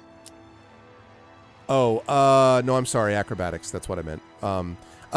Wait, you're riding it right now? No, it's an acrobatics check. It definitely is. Acrobatics at a bane. All right. First one. Oops. Oh, that's a fail, but just in case there's a demon. That's a worse fail. Two- Ooh, that two was fails. almost a demon. Mega fail. Okay. Yeah. It throws you off, and you go flying to the ground. So let's see. You're gonna roll. Let's see. Clapping his little I was malon. gonna say, if you just pull some feathers out while you're going down. Ugh. This is 6 points of damage, and I am not going to let armor reduce this. You are going to hit the ground very hard. You take 6 points of bludgeoning damage, Frogor, as you slam to the ground. And the creature... and then it turns and beats its wings and flies up and away. It is fleeing. Okay, which leads us to Toriel. Toriel looks after the creatures, reconsidering perhaps adding more distanced attack options to his arsenal at some future point. So I think he's just gonna stay behind the rock for now, just in case it decides to drop back down. You're not going to throw your awesome warhammer just like at it and see what I happens? feel it wouldn't fly significantly better than the other thing. I think you're right. Although I have this image of it like catching it in its beak and being like, "Burku," and then flying away like, no. Okay, so you're going to do that. That's going to lead us to Toriel. It is rapidly fleeing. Sorry, I just talked to Toriel. I beg your pardon. I meant Ahatea. So now we have a decision to make. Would Ahatea fire one more time or not? It's fleeing. This would, there's a whole thing about like wasting points and all that. I don't know if that's something, because Ahatea is not utterly buffoonish and might think of that one way or the other. But again, I'll go with what the party thinks. My first thought is that Ahatea would be willing to let it go because it would go and tell everybody it knows about how she kicked its ass. Yeah, it's this terrible duck and this frog. It had a duck hat on. I don't know what was going She on. set fire to my butt and it hurt. Yeah, I can see that. No. Okay, So Ahatea maybe lowers the skull, says something like, "Don't come back," like something. And the griffin flies up and out of the way, and brings us out of combat. All right, everybody, that was interesting, but you pulled it out. I wonder what Frogor does to sort of like lying on the ground. Frogor's like kneeling. No! Chuff is kind of nodding to that. He's like, "That would have been a lot of meat." Frogor is just sobbing. Well, Toriel is trying to figure out where the hand axe went again. It's over there. Spot hidden. Oh, just kidding. God damn it. Yeah, right. You find like 3 dead creatures in its path, but like none of them are the one. Exactly. But no, you're able to find it. You did chuck it a long way though, Toriel. It's probably takes about a minute to walk to where this thing actually is, but you do find it kind of lying harmlessly on the ground. All right, everybody, back to sleep. Now, I guess we do have that question about because Frogor did get hit and is currently at 3 out of 9. I don't know if You only got hit by the planet. What's the big deal? Yeah. Yeah, I guess. What are our options in terms of finishing off this rest now? So, because you're getting this longer rest, this is basically going to reset your rest. So, you could at this point you could probably do a shift rest. Let me see if I can actually fit that in. Since this was at the end of things. Because we were walking for 10, 11 hours just to get here. And then, all the shift of the watch to get to me. Yeah. It would be a stretch rest. What it would mean is that you would be setting off for the tower basically midday as opposed to the morning, but you are only about a shift away from it anyway. It just means that you would be getting there in the early evening instead of the afternoon, if that matters. But otherwise, I think you could probably fit that stretch rest in. You could only have one stretch rest per shift, though, Frogor. So once this is done, you would have to go with a shift rest, which would be the big long one, which you can only get once per basically 24-hour period or whatever, like a full shift of time. So this would be using up the equivalent of a short rest for you. But I mean, I don't know whether you want to go into whatever the tower is with 3 hit points. So Yeah, I'd rather not, funnily enough. Yeah. So yeah, could I do a stretch rest? you And can. since it is my watch at this point, I can help with. Yeah. We decided that I had a couple of like healing kits or something. That's right. And so I'll let you make a healing roll, Chuff. And if you succeed, then it means that Frogor will be able to roll 2d6 for restoring instead of just 1. Okay. If you fail, she'll have to roll 0. No, just kidding. I totally made that up. Frogor is. No. Ugh! Nope. Nope. Just put this tourniquet around your neck. And Exactly. All right, Frogor, only 1d6, sadly. Putting the bandage around Frogor, doesn't realise the apples are still in Yeah. the just pressing the apples into Frogor's organs. Well, I don't understand. You should be feeling better. Frogor's. "Ah!" Right. So stretch rest. Was it stretch? Yeah. Yes, it is a stretch It rest. asks, "Are you being cared for?" Yes. Yes. Yeah, although we'll see whether that yeah, go ahead and I'm curious to see what this does. It gave me all of my health. Oh, it gave me 7 hit points. And Yeah, because 2 the willpower 1d6. points. So the problem is, yeah, we can't do that. You want me I- to ju- roll no, don't 1d6 and remove it? Don't re-roll it. Just do the 5, which is there was 5 plus 2. Nice. So you can take 5, which I think you would be okay with probably. That puts me at 8. Yeah. Yeah. Right. It is kind of a limit of the automation because it's based on the other person making the healing roll. So I don't, anyway. Okay, so yes, you're up to 8 out of 9. which means that it's about midday. And as you look above you, you see no sign of the griffin that previously attacked you that morning. Brogor's just teary-eyed all morning and miserable, and eats an apple. To make them feel better. In 20 years, a griffin's going to show up as a hello. My name is. You killed my father. All right. We didn't. You talking You about? embarrassed my father. Yeah, exactly. Yeah, that. Ooh.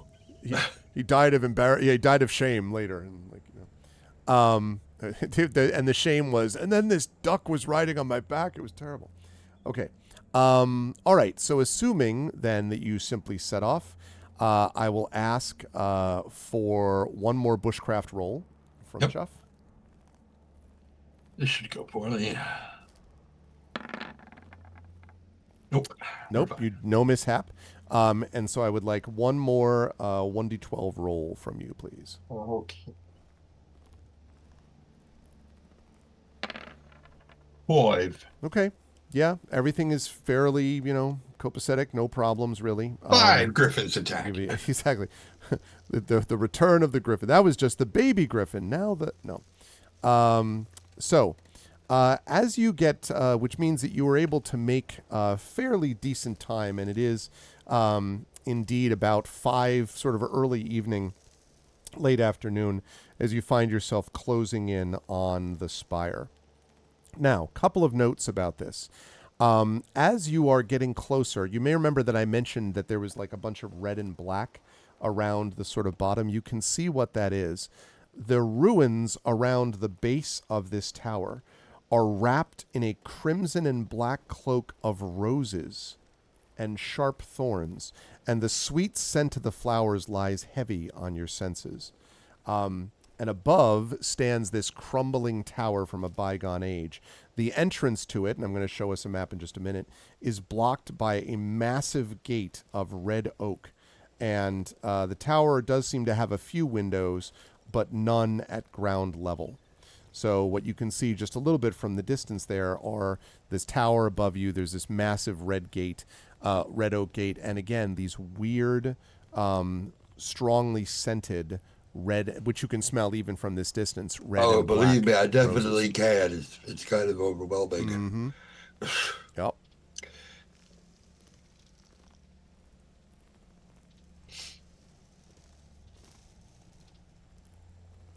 So, what do people think? What would you like to do?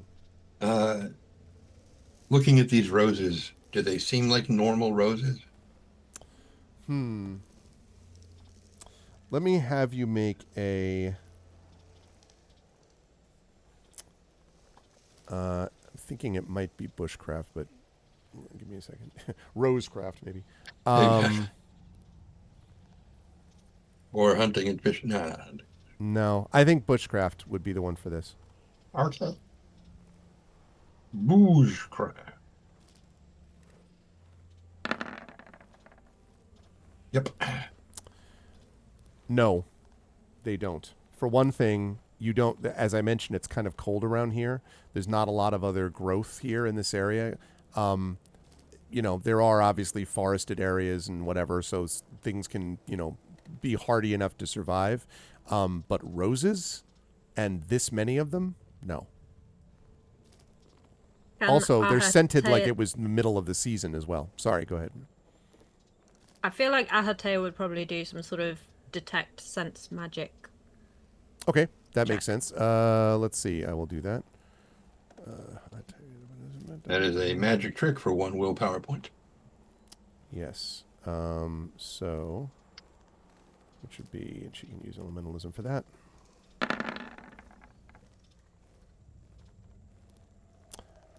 No, does not work. Could push the roll, but I don't know that Ahatea would push that. Why did she roll 2 dice?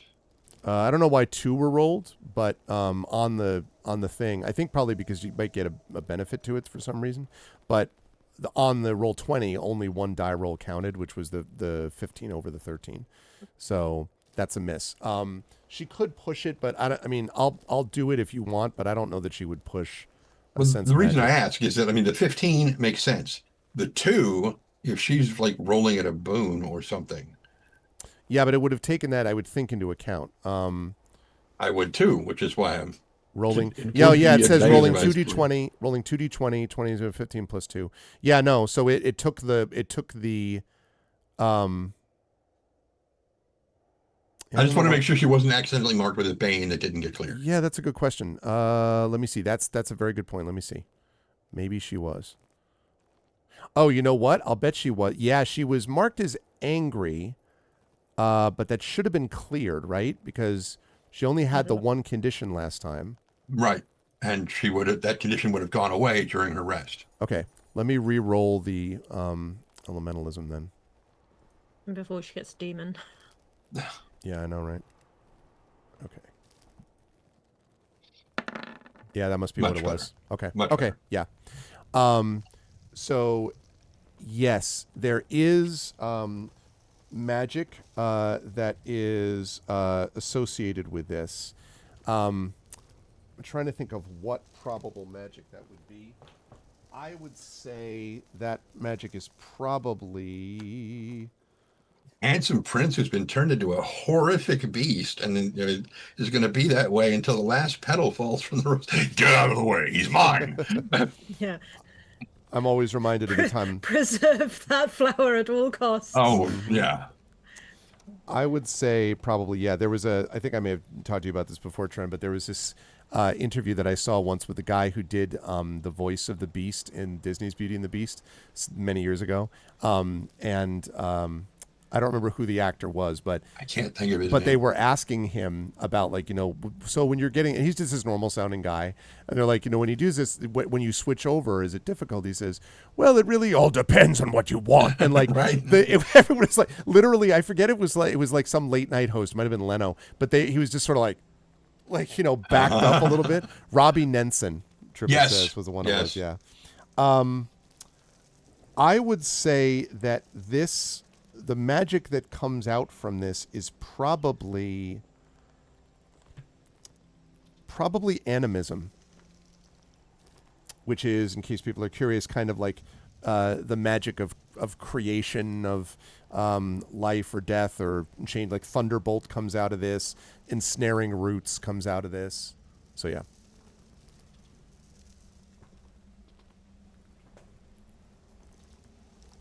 So that's what I would say. There's no visible like food growing on it, like apples or... No, just the roses. And in fact, I think I have a map I can now show you all. That's why I was asking if they look like normal roses, because I was going to think we could get some rose hips for tea. Yes, indeed. Let's see. Oh, actually, wait. I'm going to move you. It's doing this thing. Okay. Never mind what it's doing. I'm just going to move you away from there for just a second. Okay. I don't want to reveal something that I didn't intend to.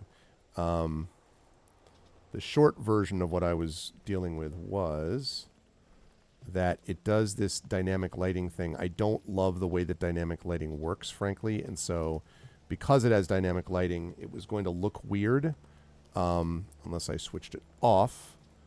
And then I need to make sure that I conceal it so that you don't all see everything, which I don't want either. So now we do that. Let me show you a thing I'm not going to show you. Right, exactly. I was like, this will not work right at all. Okay, now I can safely, I think, bring you back here. Okay, and now you and chat will be able to see, hopefully, if I can bring you all here. All right, and I'm going to open up some more area around the map. As I do that, if you folks want to bring your tokens on the map, that would be wonderful.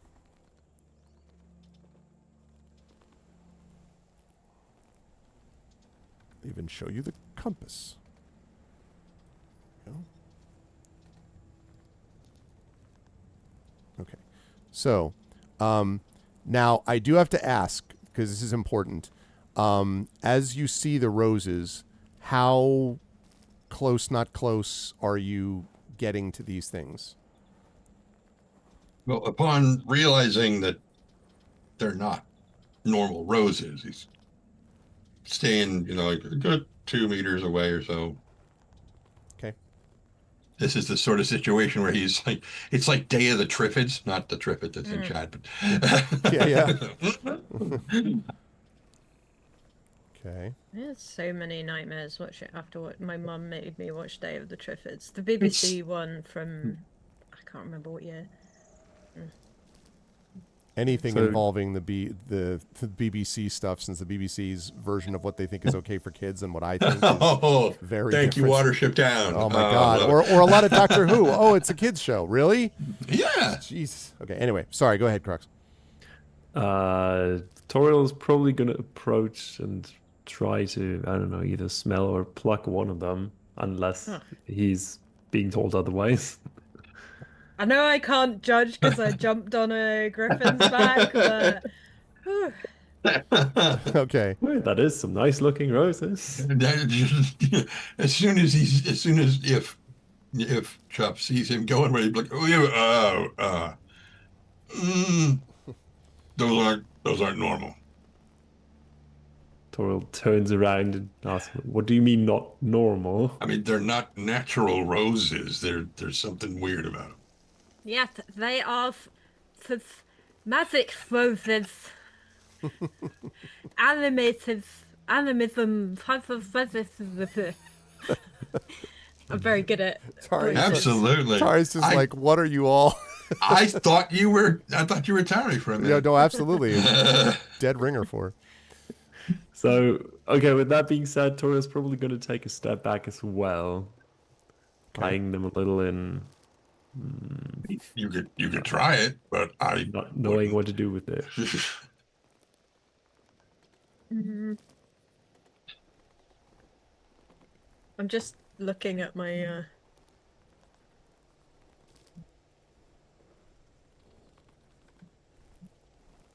I got nothing. So, in front of us is a wooden gate. That is right. A great wooden gate, a massive It's- gate of red It's a oak. fantastic. It's one of the best. It's a massive gate of red oak that is closed in front of you. I mean, the most immediate thing would be to just open it and see what's behind it. Now, to be clear, when you get close to it, you would need to tell me, like, you'd have to stay real close to the center of the path to avoid being close to the roses, if that matters to you. This isn't me trying to be ominous. I'm just letting you know, since you said you were concerned about them. This is exactly what Toriel will do. He will carefully eye left and right while hesitantly making his way towards the gate. Okay. So let's see. Are you making any as you sort of are like heading in between? So you're sort of like just staying out of the way. Okay. The smell is very strong from the roses here, Toriel. Also, hi, Imaginary. Good to see you, man. Very strong. But you were able to make your way sort of in between. But it's very, not overwhelming, but very strong smell as you get to the actual gate itself. And the tower, if you will, pardon this, towers above you. The tower rises well above you into the sky. And the door, by the way, is locked. The bushes, I should say, the rose bushes as well, go like climb up much of the base of the tower, not all of it, but like at least maybe a third of the way. There are all these vines and stuff from which the roses are blooming, and you can see some windows up there around the outside. None on the ground level, though, and none that even Frogar could get to with a leap. But there are the vines that extend up the walls with roses on them, though.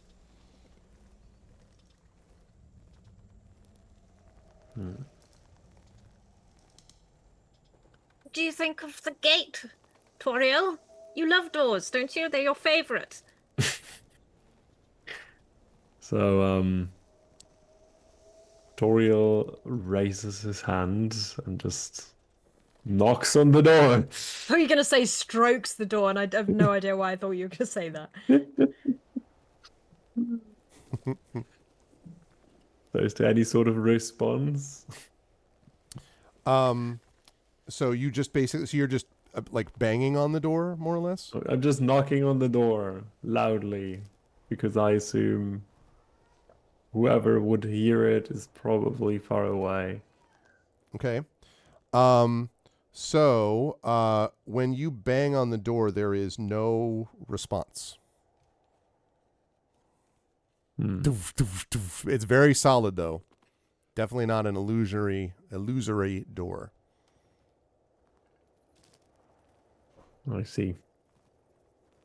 How sturdy does this look from my experience as a craftsman?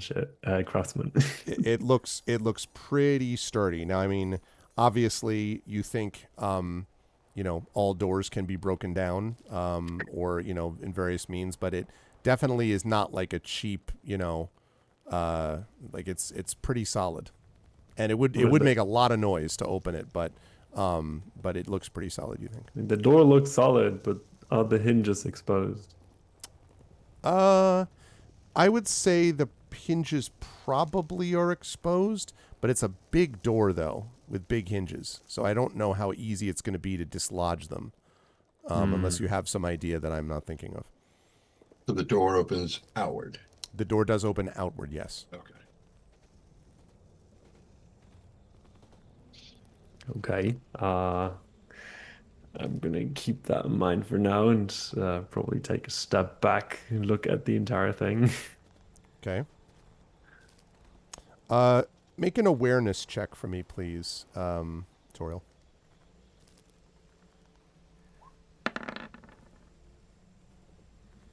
Is that 12 out of 12? Is that what I'm saying? Yes, it is. You think way above you, Toriel. You catch vague movement on the roof. And there are windows, as I mentioned, like, up the tower. And the topmost window, you think you see something flash for a moment out of that top window as well. So it's on the roof. On the roof, but also the window below the roof, on the floor below the roof. There was a flash from there as well. Okay, I would like to squint and perhaps like shield my eyes against the sun and try to see what might be up there. Too far for you to get any real good sense of it, except that you do see movement again. There's definitely, this tower's occupied. Something's in it. Sniper! Right. So it seems someone's living here, but they don't seem to be too fond of visitors. Rogor would like to look and see if he can also see that it is occupied. Not that he doesn't believe Toriel, of course. Sure. Go ahead and make that awareness check for me, please. Right, gotta do it out of Bane.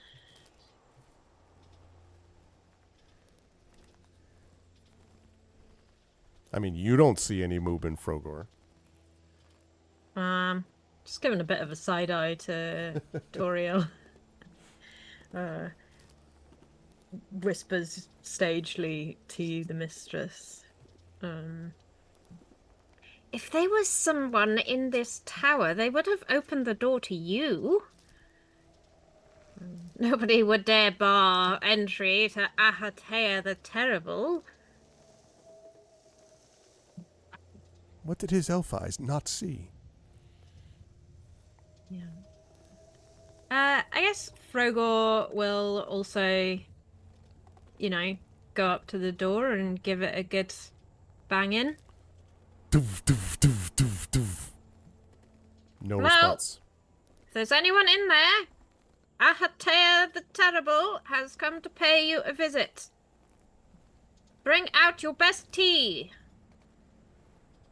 If you have crumpets, toast, hash browns, any sort of carbohydrate. Roll a d8 for me, please, Frogor.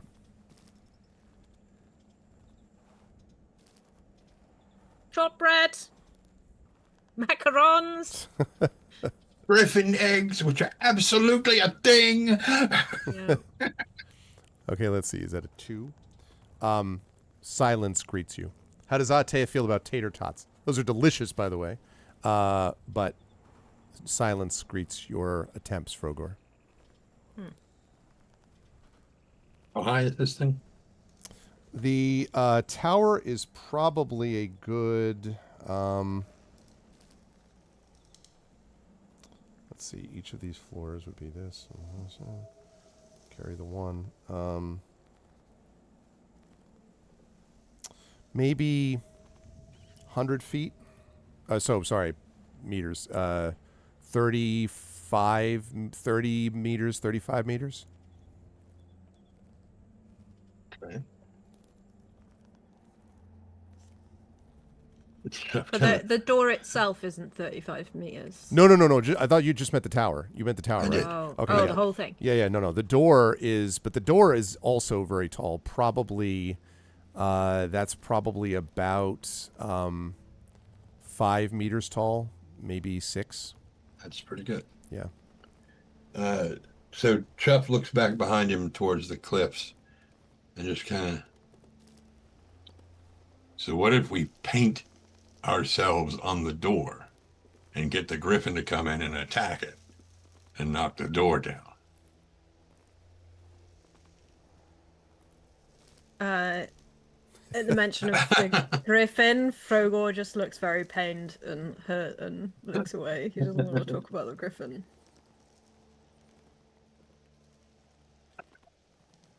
Well, I, for one, think that that creature probably left these parts for a while. It didn't look too happy last we saw it. Probably. Who knows? It may never come back and attack us again.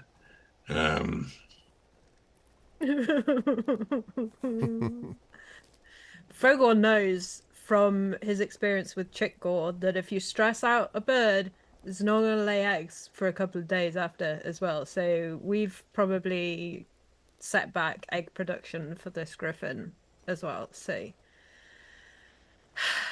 it's just so bad how that worked out. Yeah, it was Is never that- going to go over easy. Yeah. I was going to say, presuming it took a girl. But anyway, I didn't get a chance to check. Is there any, like, around this door, is there like a gap at the top or at the bottom, or like that you could either like see through or... No, this is very secure. It does not look like, as opposed to the Fort Malice one where the door was kind of askew, and this one looks pretty well fitted, Frogor, and in pretty good shape. All right. Frogor is going to try and... It opens out, doesn't it? It does It's open gonna up. try and pry it open and pull. Okay. Let's see. Well, I guess we would say a strength check at a Bane. Alright. I've already got Bane on there, so let's go.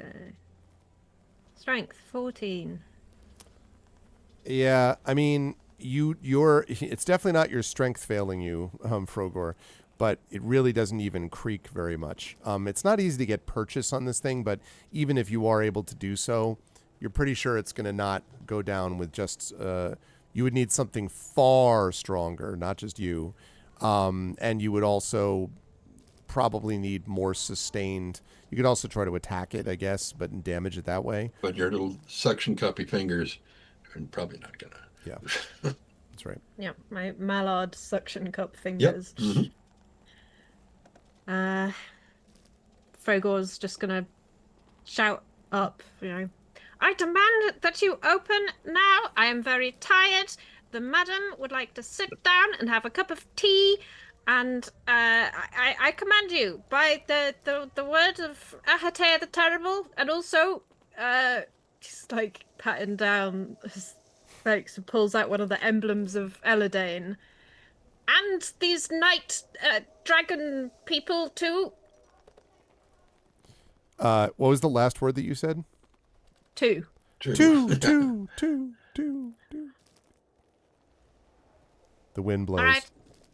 Well, I suppose we'll have to go home then.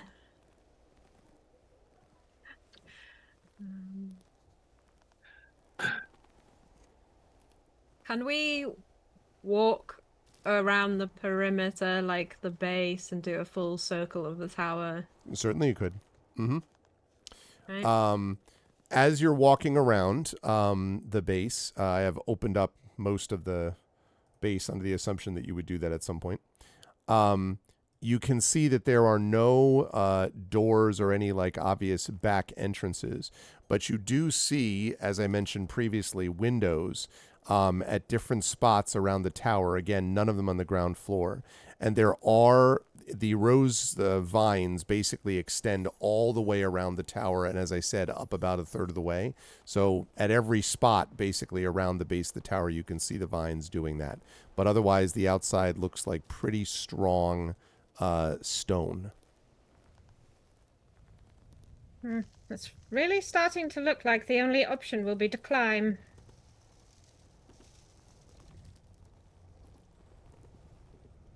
Avoid the roses. What about them? Well, they're not exactly normal. Would you like to experiment with that assertion? As our resident lover of bushes? So, given the fact that there's, as far as I understand it, no normal shrubbery around, it all seems rather barren except for the roses. Right. How dry do these look to me? The rose bushes do not look very dry. In fact, the roses themselves and the bushes look pretty robust and not dried out, which seems strange. This is also, again, up on, like the fort was, even higher, up a little bit on a hill, and there's not a lot of, as you said, greenery around.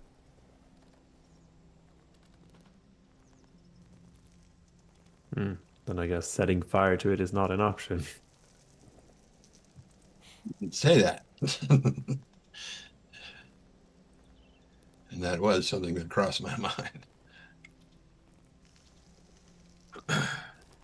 Well, we could give it a shot. Does anybody have a flint and steel?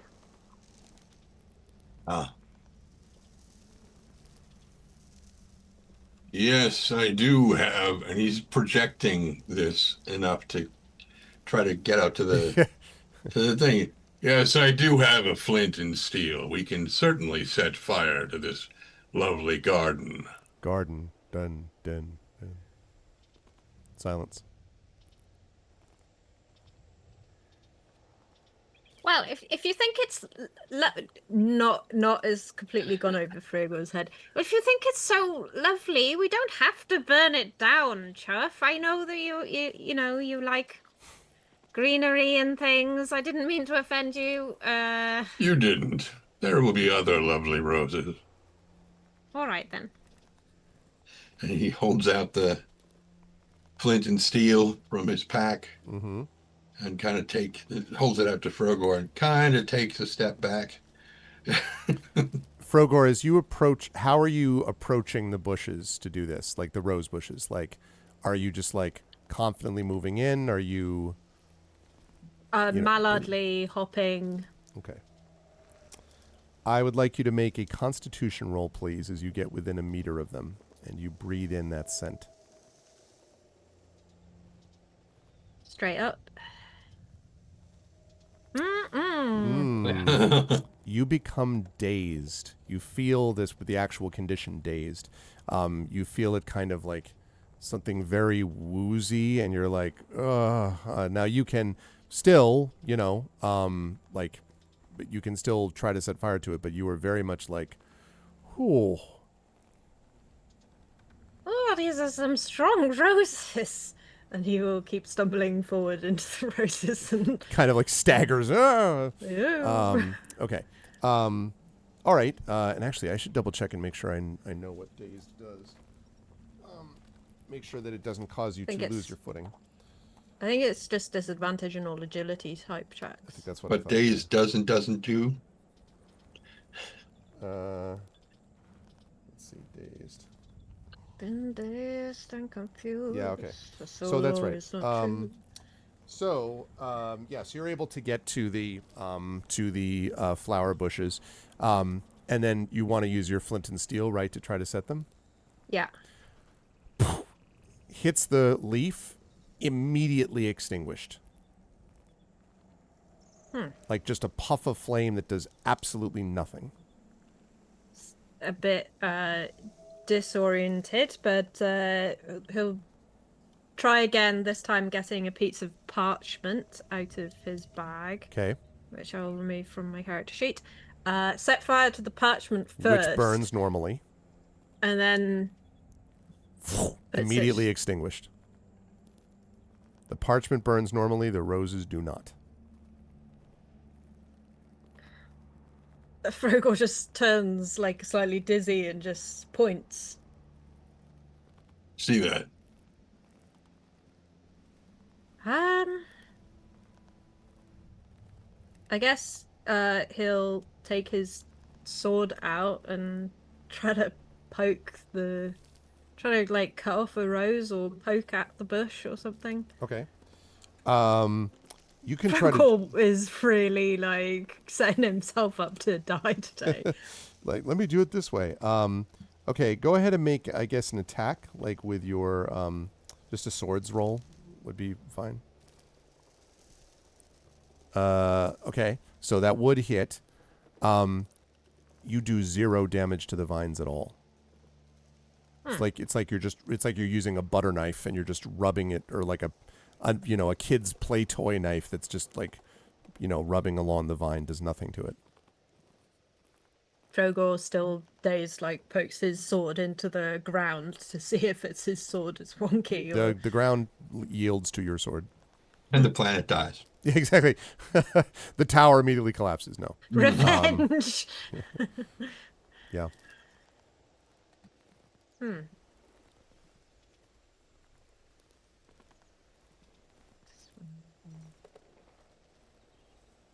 What's annoying with this sheet is that there doesn't seem to be like a delete item from the inventory. I've moved it down to 0 of parchment. Huh. But it doesn't. Interesting. Well, I will check that later. That's interesting. All right. What do you all think? Well, I suppose the good thing about roses that are invulnerable to breakage, very good for climbing. Very good for climbing. And he's like coming back and he's like staggering back to the group, like, I'll climb these roses.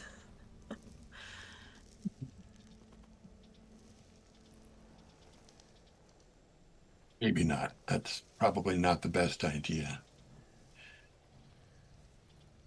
What might work well is if you stand over here and breathe deeply for a few minutes. Frogor would like to breathe. Okay. You do so. But he doesn't go over there. But he maybe doesn't like go as far as the roses. Oh no! Sitting on a rock, like doing like breath work with the roses all around. Yeah. Yeah, I'm really starting to feel much better now. He says, nearly falling off the rock. Knew I should have tied a rope around him before we sent him over there.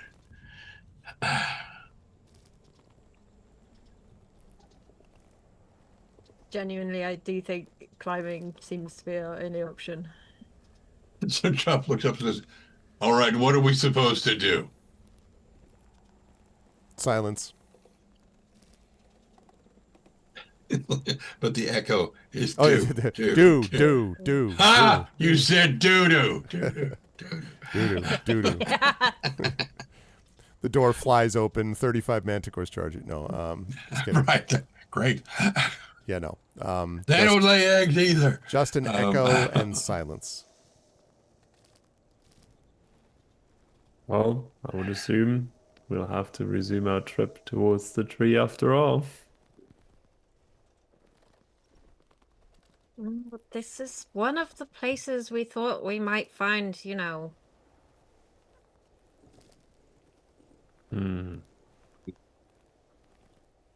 Stage whisper. The statue of the Dragon Emperor. So basically, just to make a point, Toriel takes out the Fiend Crusher and bangs on the door with it. It's like, and what do you think are we supposed to do with this? Okay, make an attack, please. On the Regular attack with the weapon? yeah, with the weapon. Yep. Ooh. Wow, a late dragon. Okay, Oh, so no. a late dragon, 11 damage. I would say that with that hit, Fiend Crusher slams like nobody's business into the door and hits it with all its strength. And the door apparently rebuffs it. You think this is not a magical door, but you think that it has a very high rating in terms of armor, like resistance to your attack. So you think it might be able to be broken down given a long time. That makes sense to me. Yeah. And maybe I think with the echoing of the is a good place to bring our session to a close. And the next time that we play our group of 4, we'll have to decide if they're going to do this rose climbing thing or abandon the tower completely. We shall see. But I am excited to see what happens with these roses and these people and all that kind of good stuff. I had the experience today of having a mallard attempt to ride a griffin. So there was good times to be had in all of this mix. So good work from all of the crew as per usual. Bruce, I will ask if you participated in the game session today. I did. You did indeed. What would you like to mark? Acrobatics, please. Seems reasonable. Did you explore a new location? Now, this one's a little weird because sort of I might be inclined to say yes because you had the tower, you had to go all the way around. So if you want to count that as an exploration, I would buy that. I feel like we've explored, we've traveled certainly, and gone over ridges and things. Okay, so I would give you that. Where do you want to mark? Riding. Riding, okay. Did you defeat one or more dangerous adversaries? No. Yeah, not exactly, although you certainly drove it away. That was something. Did you overcome an obstacle without using force? I don't really know what to say about this one. I don't feel that I successfully overcame anything today. But you did give in to your weakness, though, did you not? I did, yes. Okay, so what are you going to mark for that one? I think persuasion. I was very successful in persuading the forest to give me some golden apples in return for clearly battery were. days. Clearly were. Yeah. Okay, so go ahead and make those rolls then. So you've got the 3 marked. And acrobatics will advance. Persuasion will not, but riding will. So acrobatics and riding, yes. Persuasion, no. So good stuff today, Bruce, with Frogor.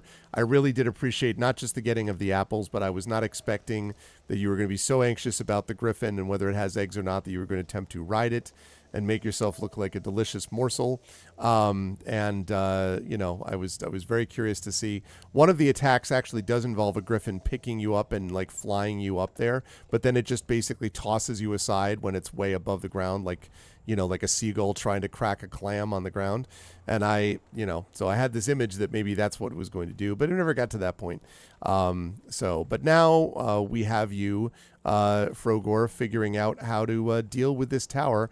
And it feels like Frogor at the end of a very long, annoying day, kind of being like, get this goddamn door open, and it doesn't come open. So I am very interested to see what happens next. Also, don't forget to clear your dazed condition while we're on this subject. How did you feel about? No, actually, because we haven't taken the long rest, so never mind. I take that back. So you're still dazed. How did you feel about today's session? Where will the fine folks find you next? Yeah, I feel pretty good about today. You know, we didn't get a giant egg, which is sad, Sad. but did get some golden apples. Still got 82 human teeth. Still got 2 battery toes. You know, we've got a lot going for us as a party right now. Mm-hmm. And so I'm excited to see. I'm glad that I was able to advance some of my agility based skills because I have a feeling there's going to be a lot of disadvantage baned rolls coming up next week, next session. The fine folks will find me next on GogCom very soon, Yes. playing Dungeons and Dragons in the Saltmarsh campaign. So I will have to go and feed the dogs now in a minute. Yes. But thank you, Bruce. I'm excited to see that in just a few minutes and to see you with more Dragonbane soon. Thank you, as always. Tren, did you participate in the game session today? Yes. You did indeed. What are you going to mark? Healing. Yeah, yes, that makes sense. I would say that's fair. Did you explore a new location? Yeah. I would say so. What about marking for that?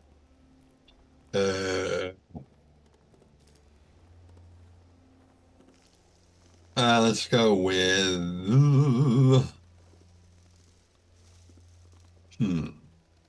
myths and legends. Okay. Did you defeat one of more dangerous adversaries? I mean, we ran him off. I don't think that counts as defeat. Probably not defeat per se. Did you overcome an obstacle without using force?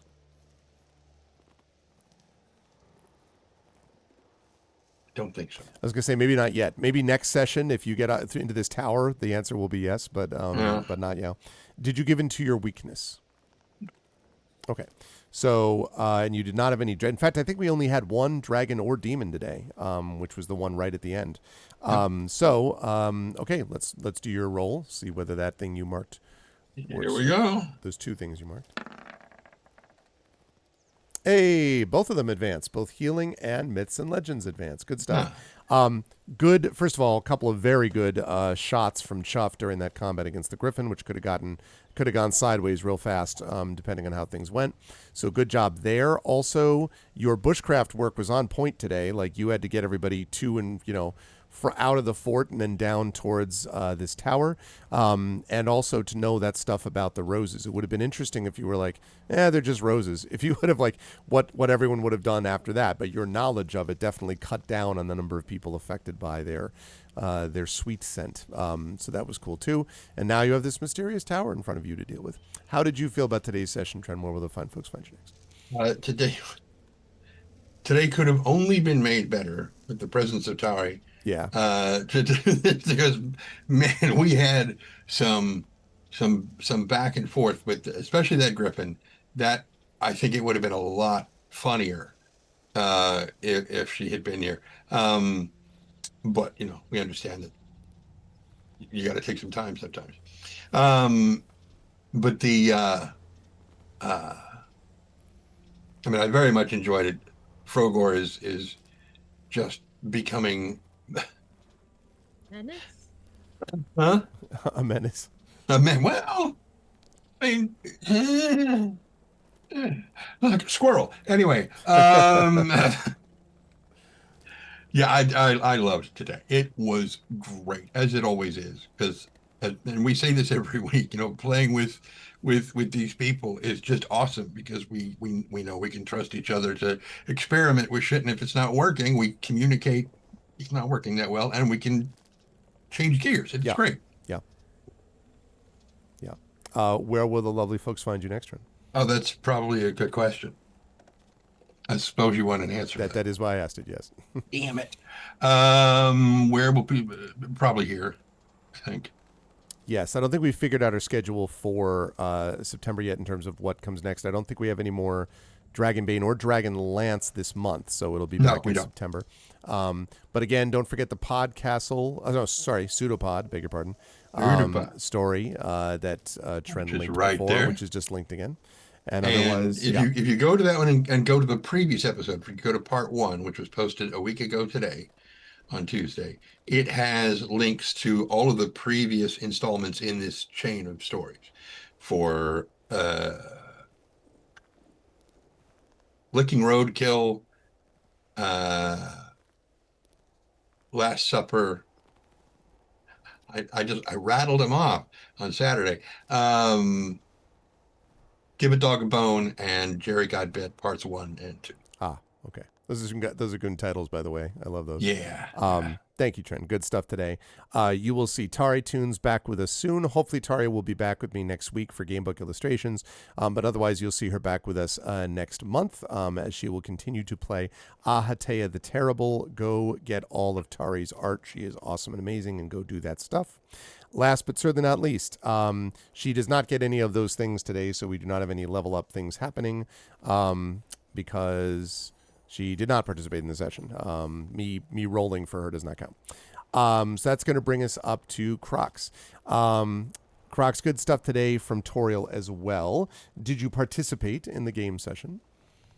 I have made an attempt to do so, yes. You didn't. You did indeed, with several loud slams against a door, for instance, and a rather ineffective hand axe throw. But you'll get there. So what are you going to mark for that one? Spot hidden. Spot hidden. And of course, you were the only one to get a dragon or a demon today, so you did already automatically marked for the hammers. Okay, spot hidden. Did you explore a new location?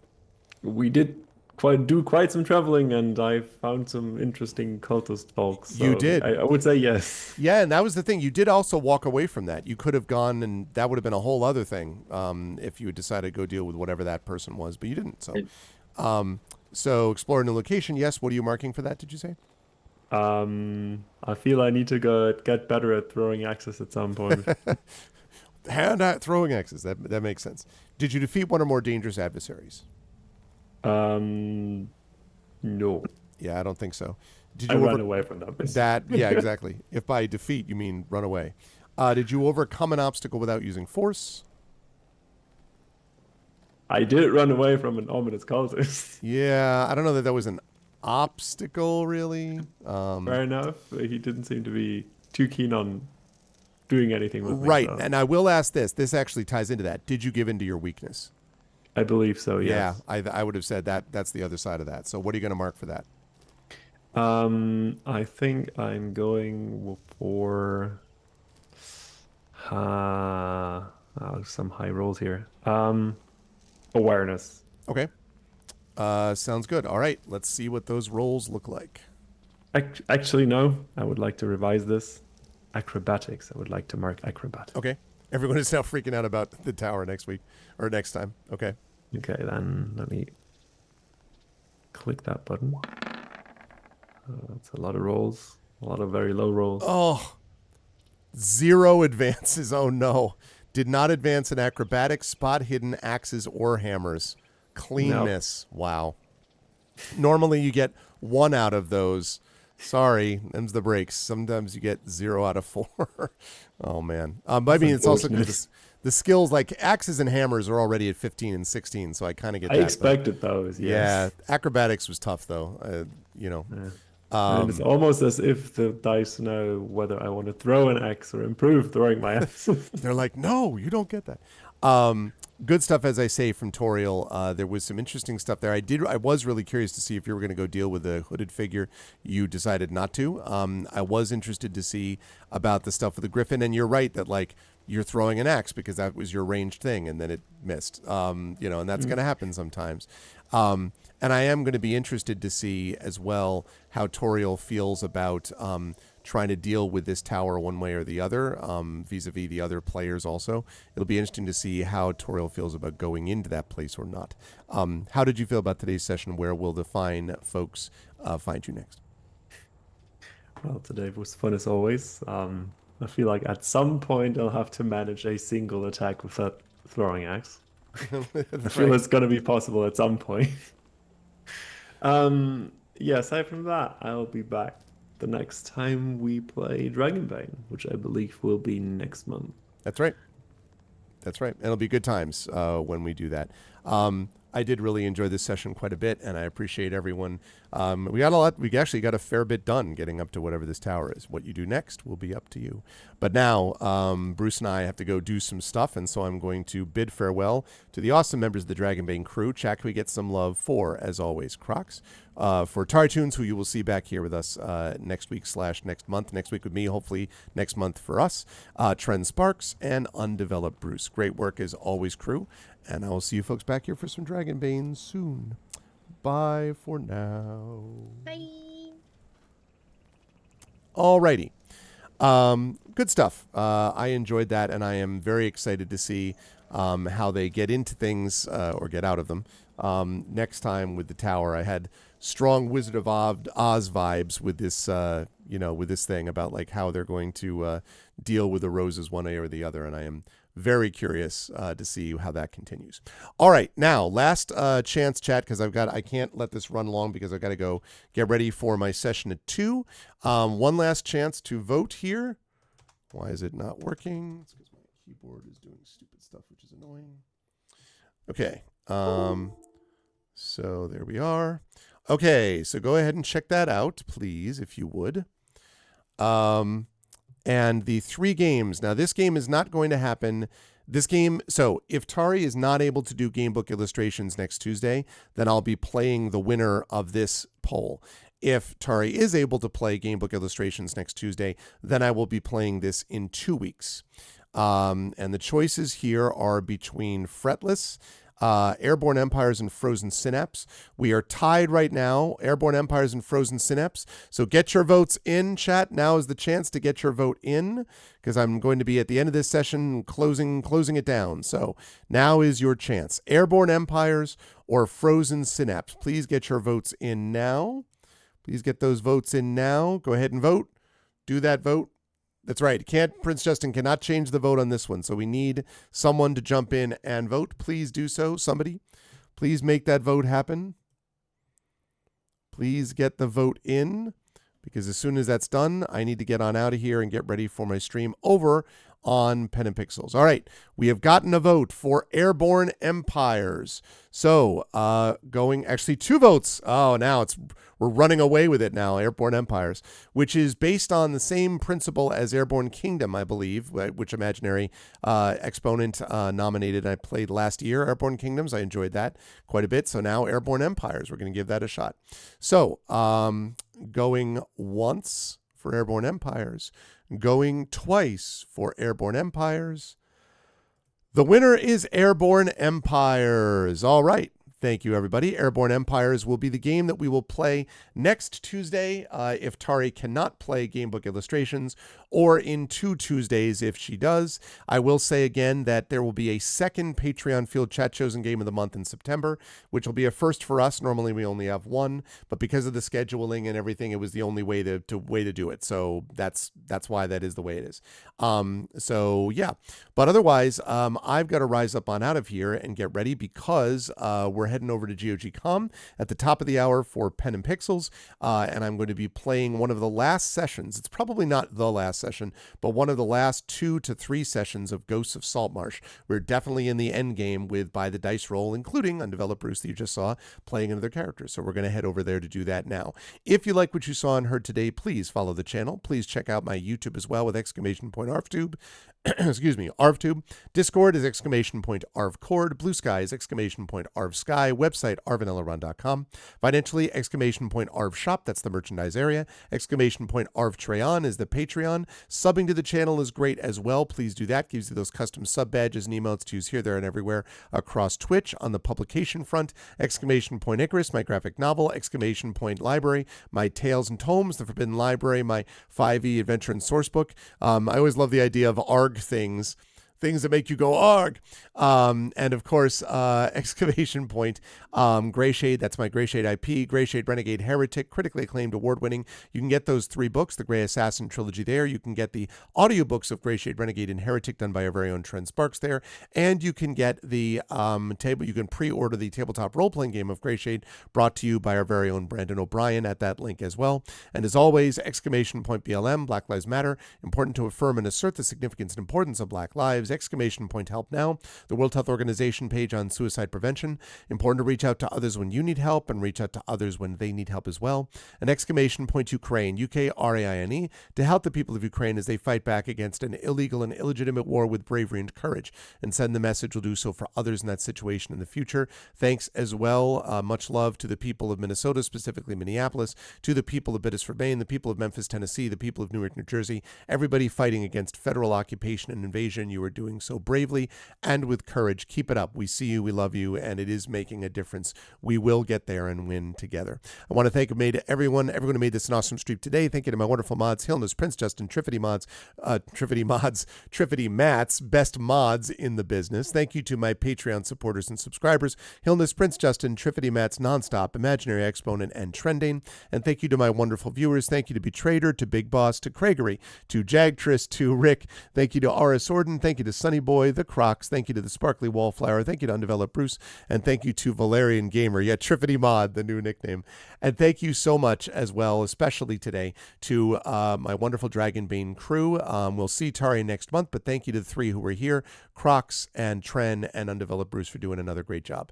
I will see you folks at the top of the hour over on GOG.com's Twitch channel for Pen and Pixels and the next installment of By the Dice Roll with D&D with By the Dice Roll Ghosts of Saltmarsh. And don't forget tonight, 9 p.m. Eastern tonight, we will be back here with our vocalists. Should have a full crew of Zach Clay, of Indy, of KP, and of Rem Alternus as we head into the end game of Citizen Sleeper 2. Otherwise, everyone, please be good to each other. I'll see you folks in a little bit over on GOG.com and back here tonight for that our vocalist session of Citizen Sleeper 2. Much love to all and have a good one for now. Bye for now.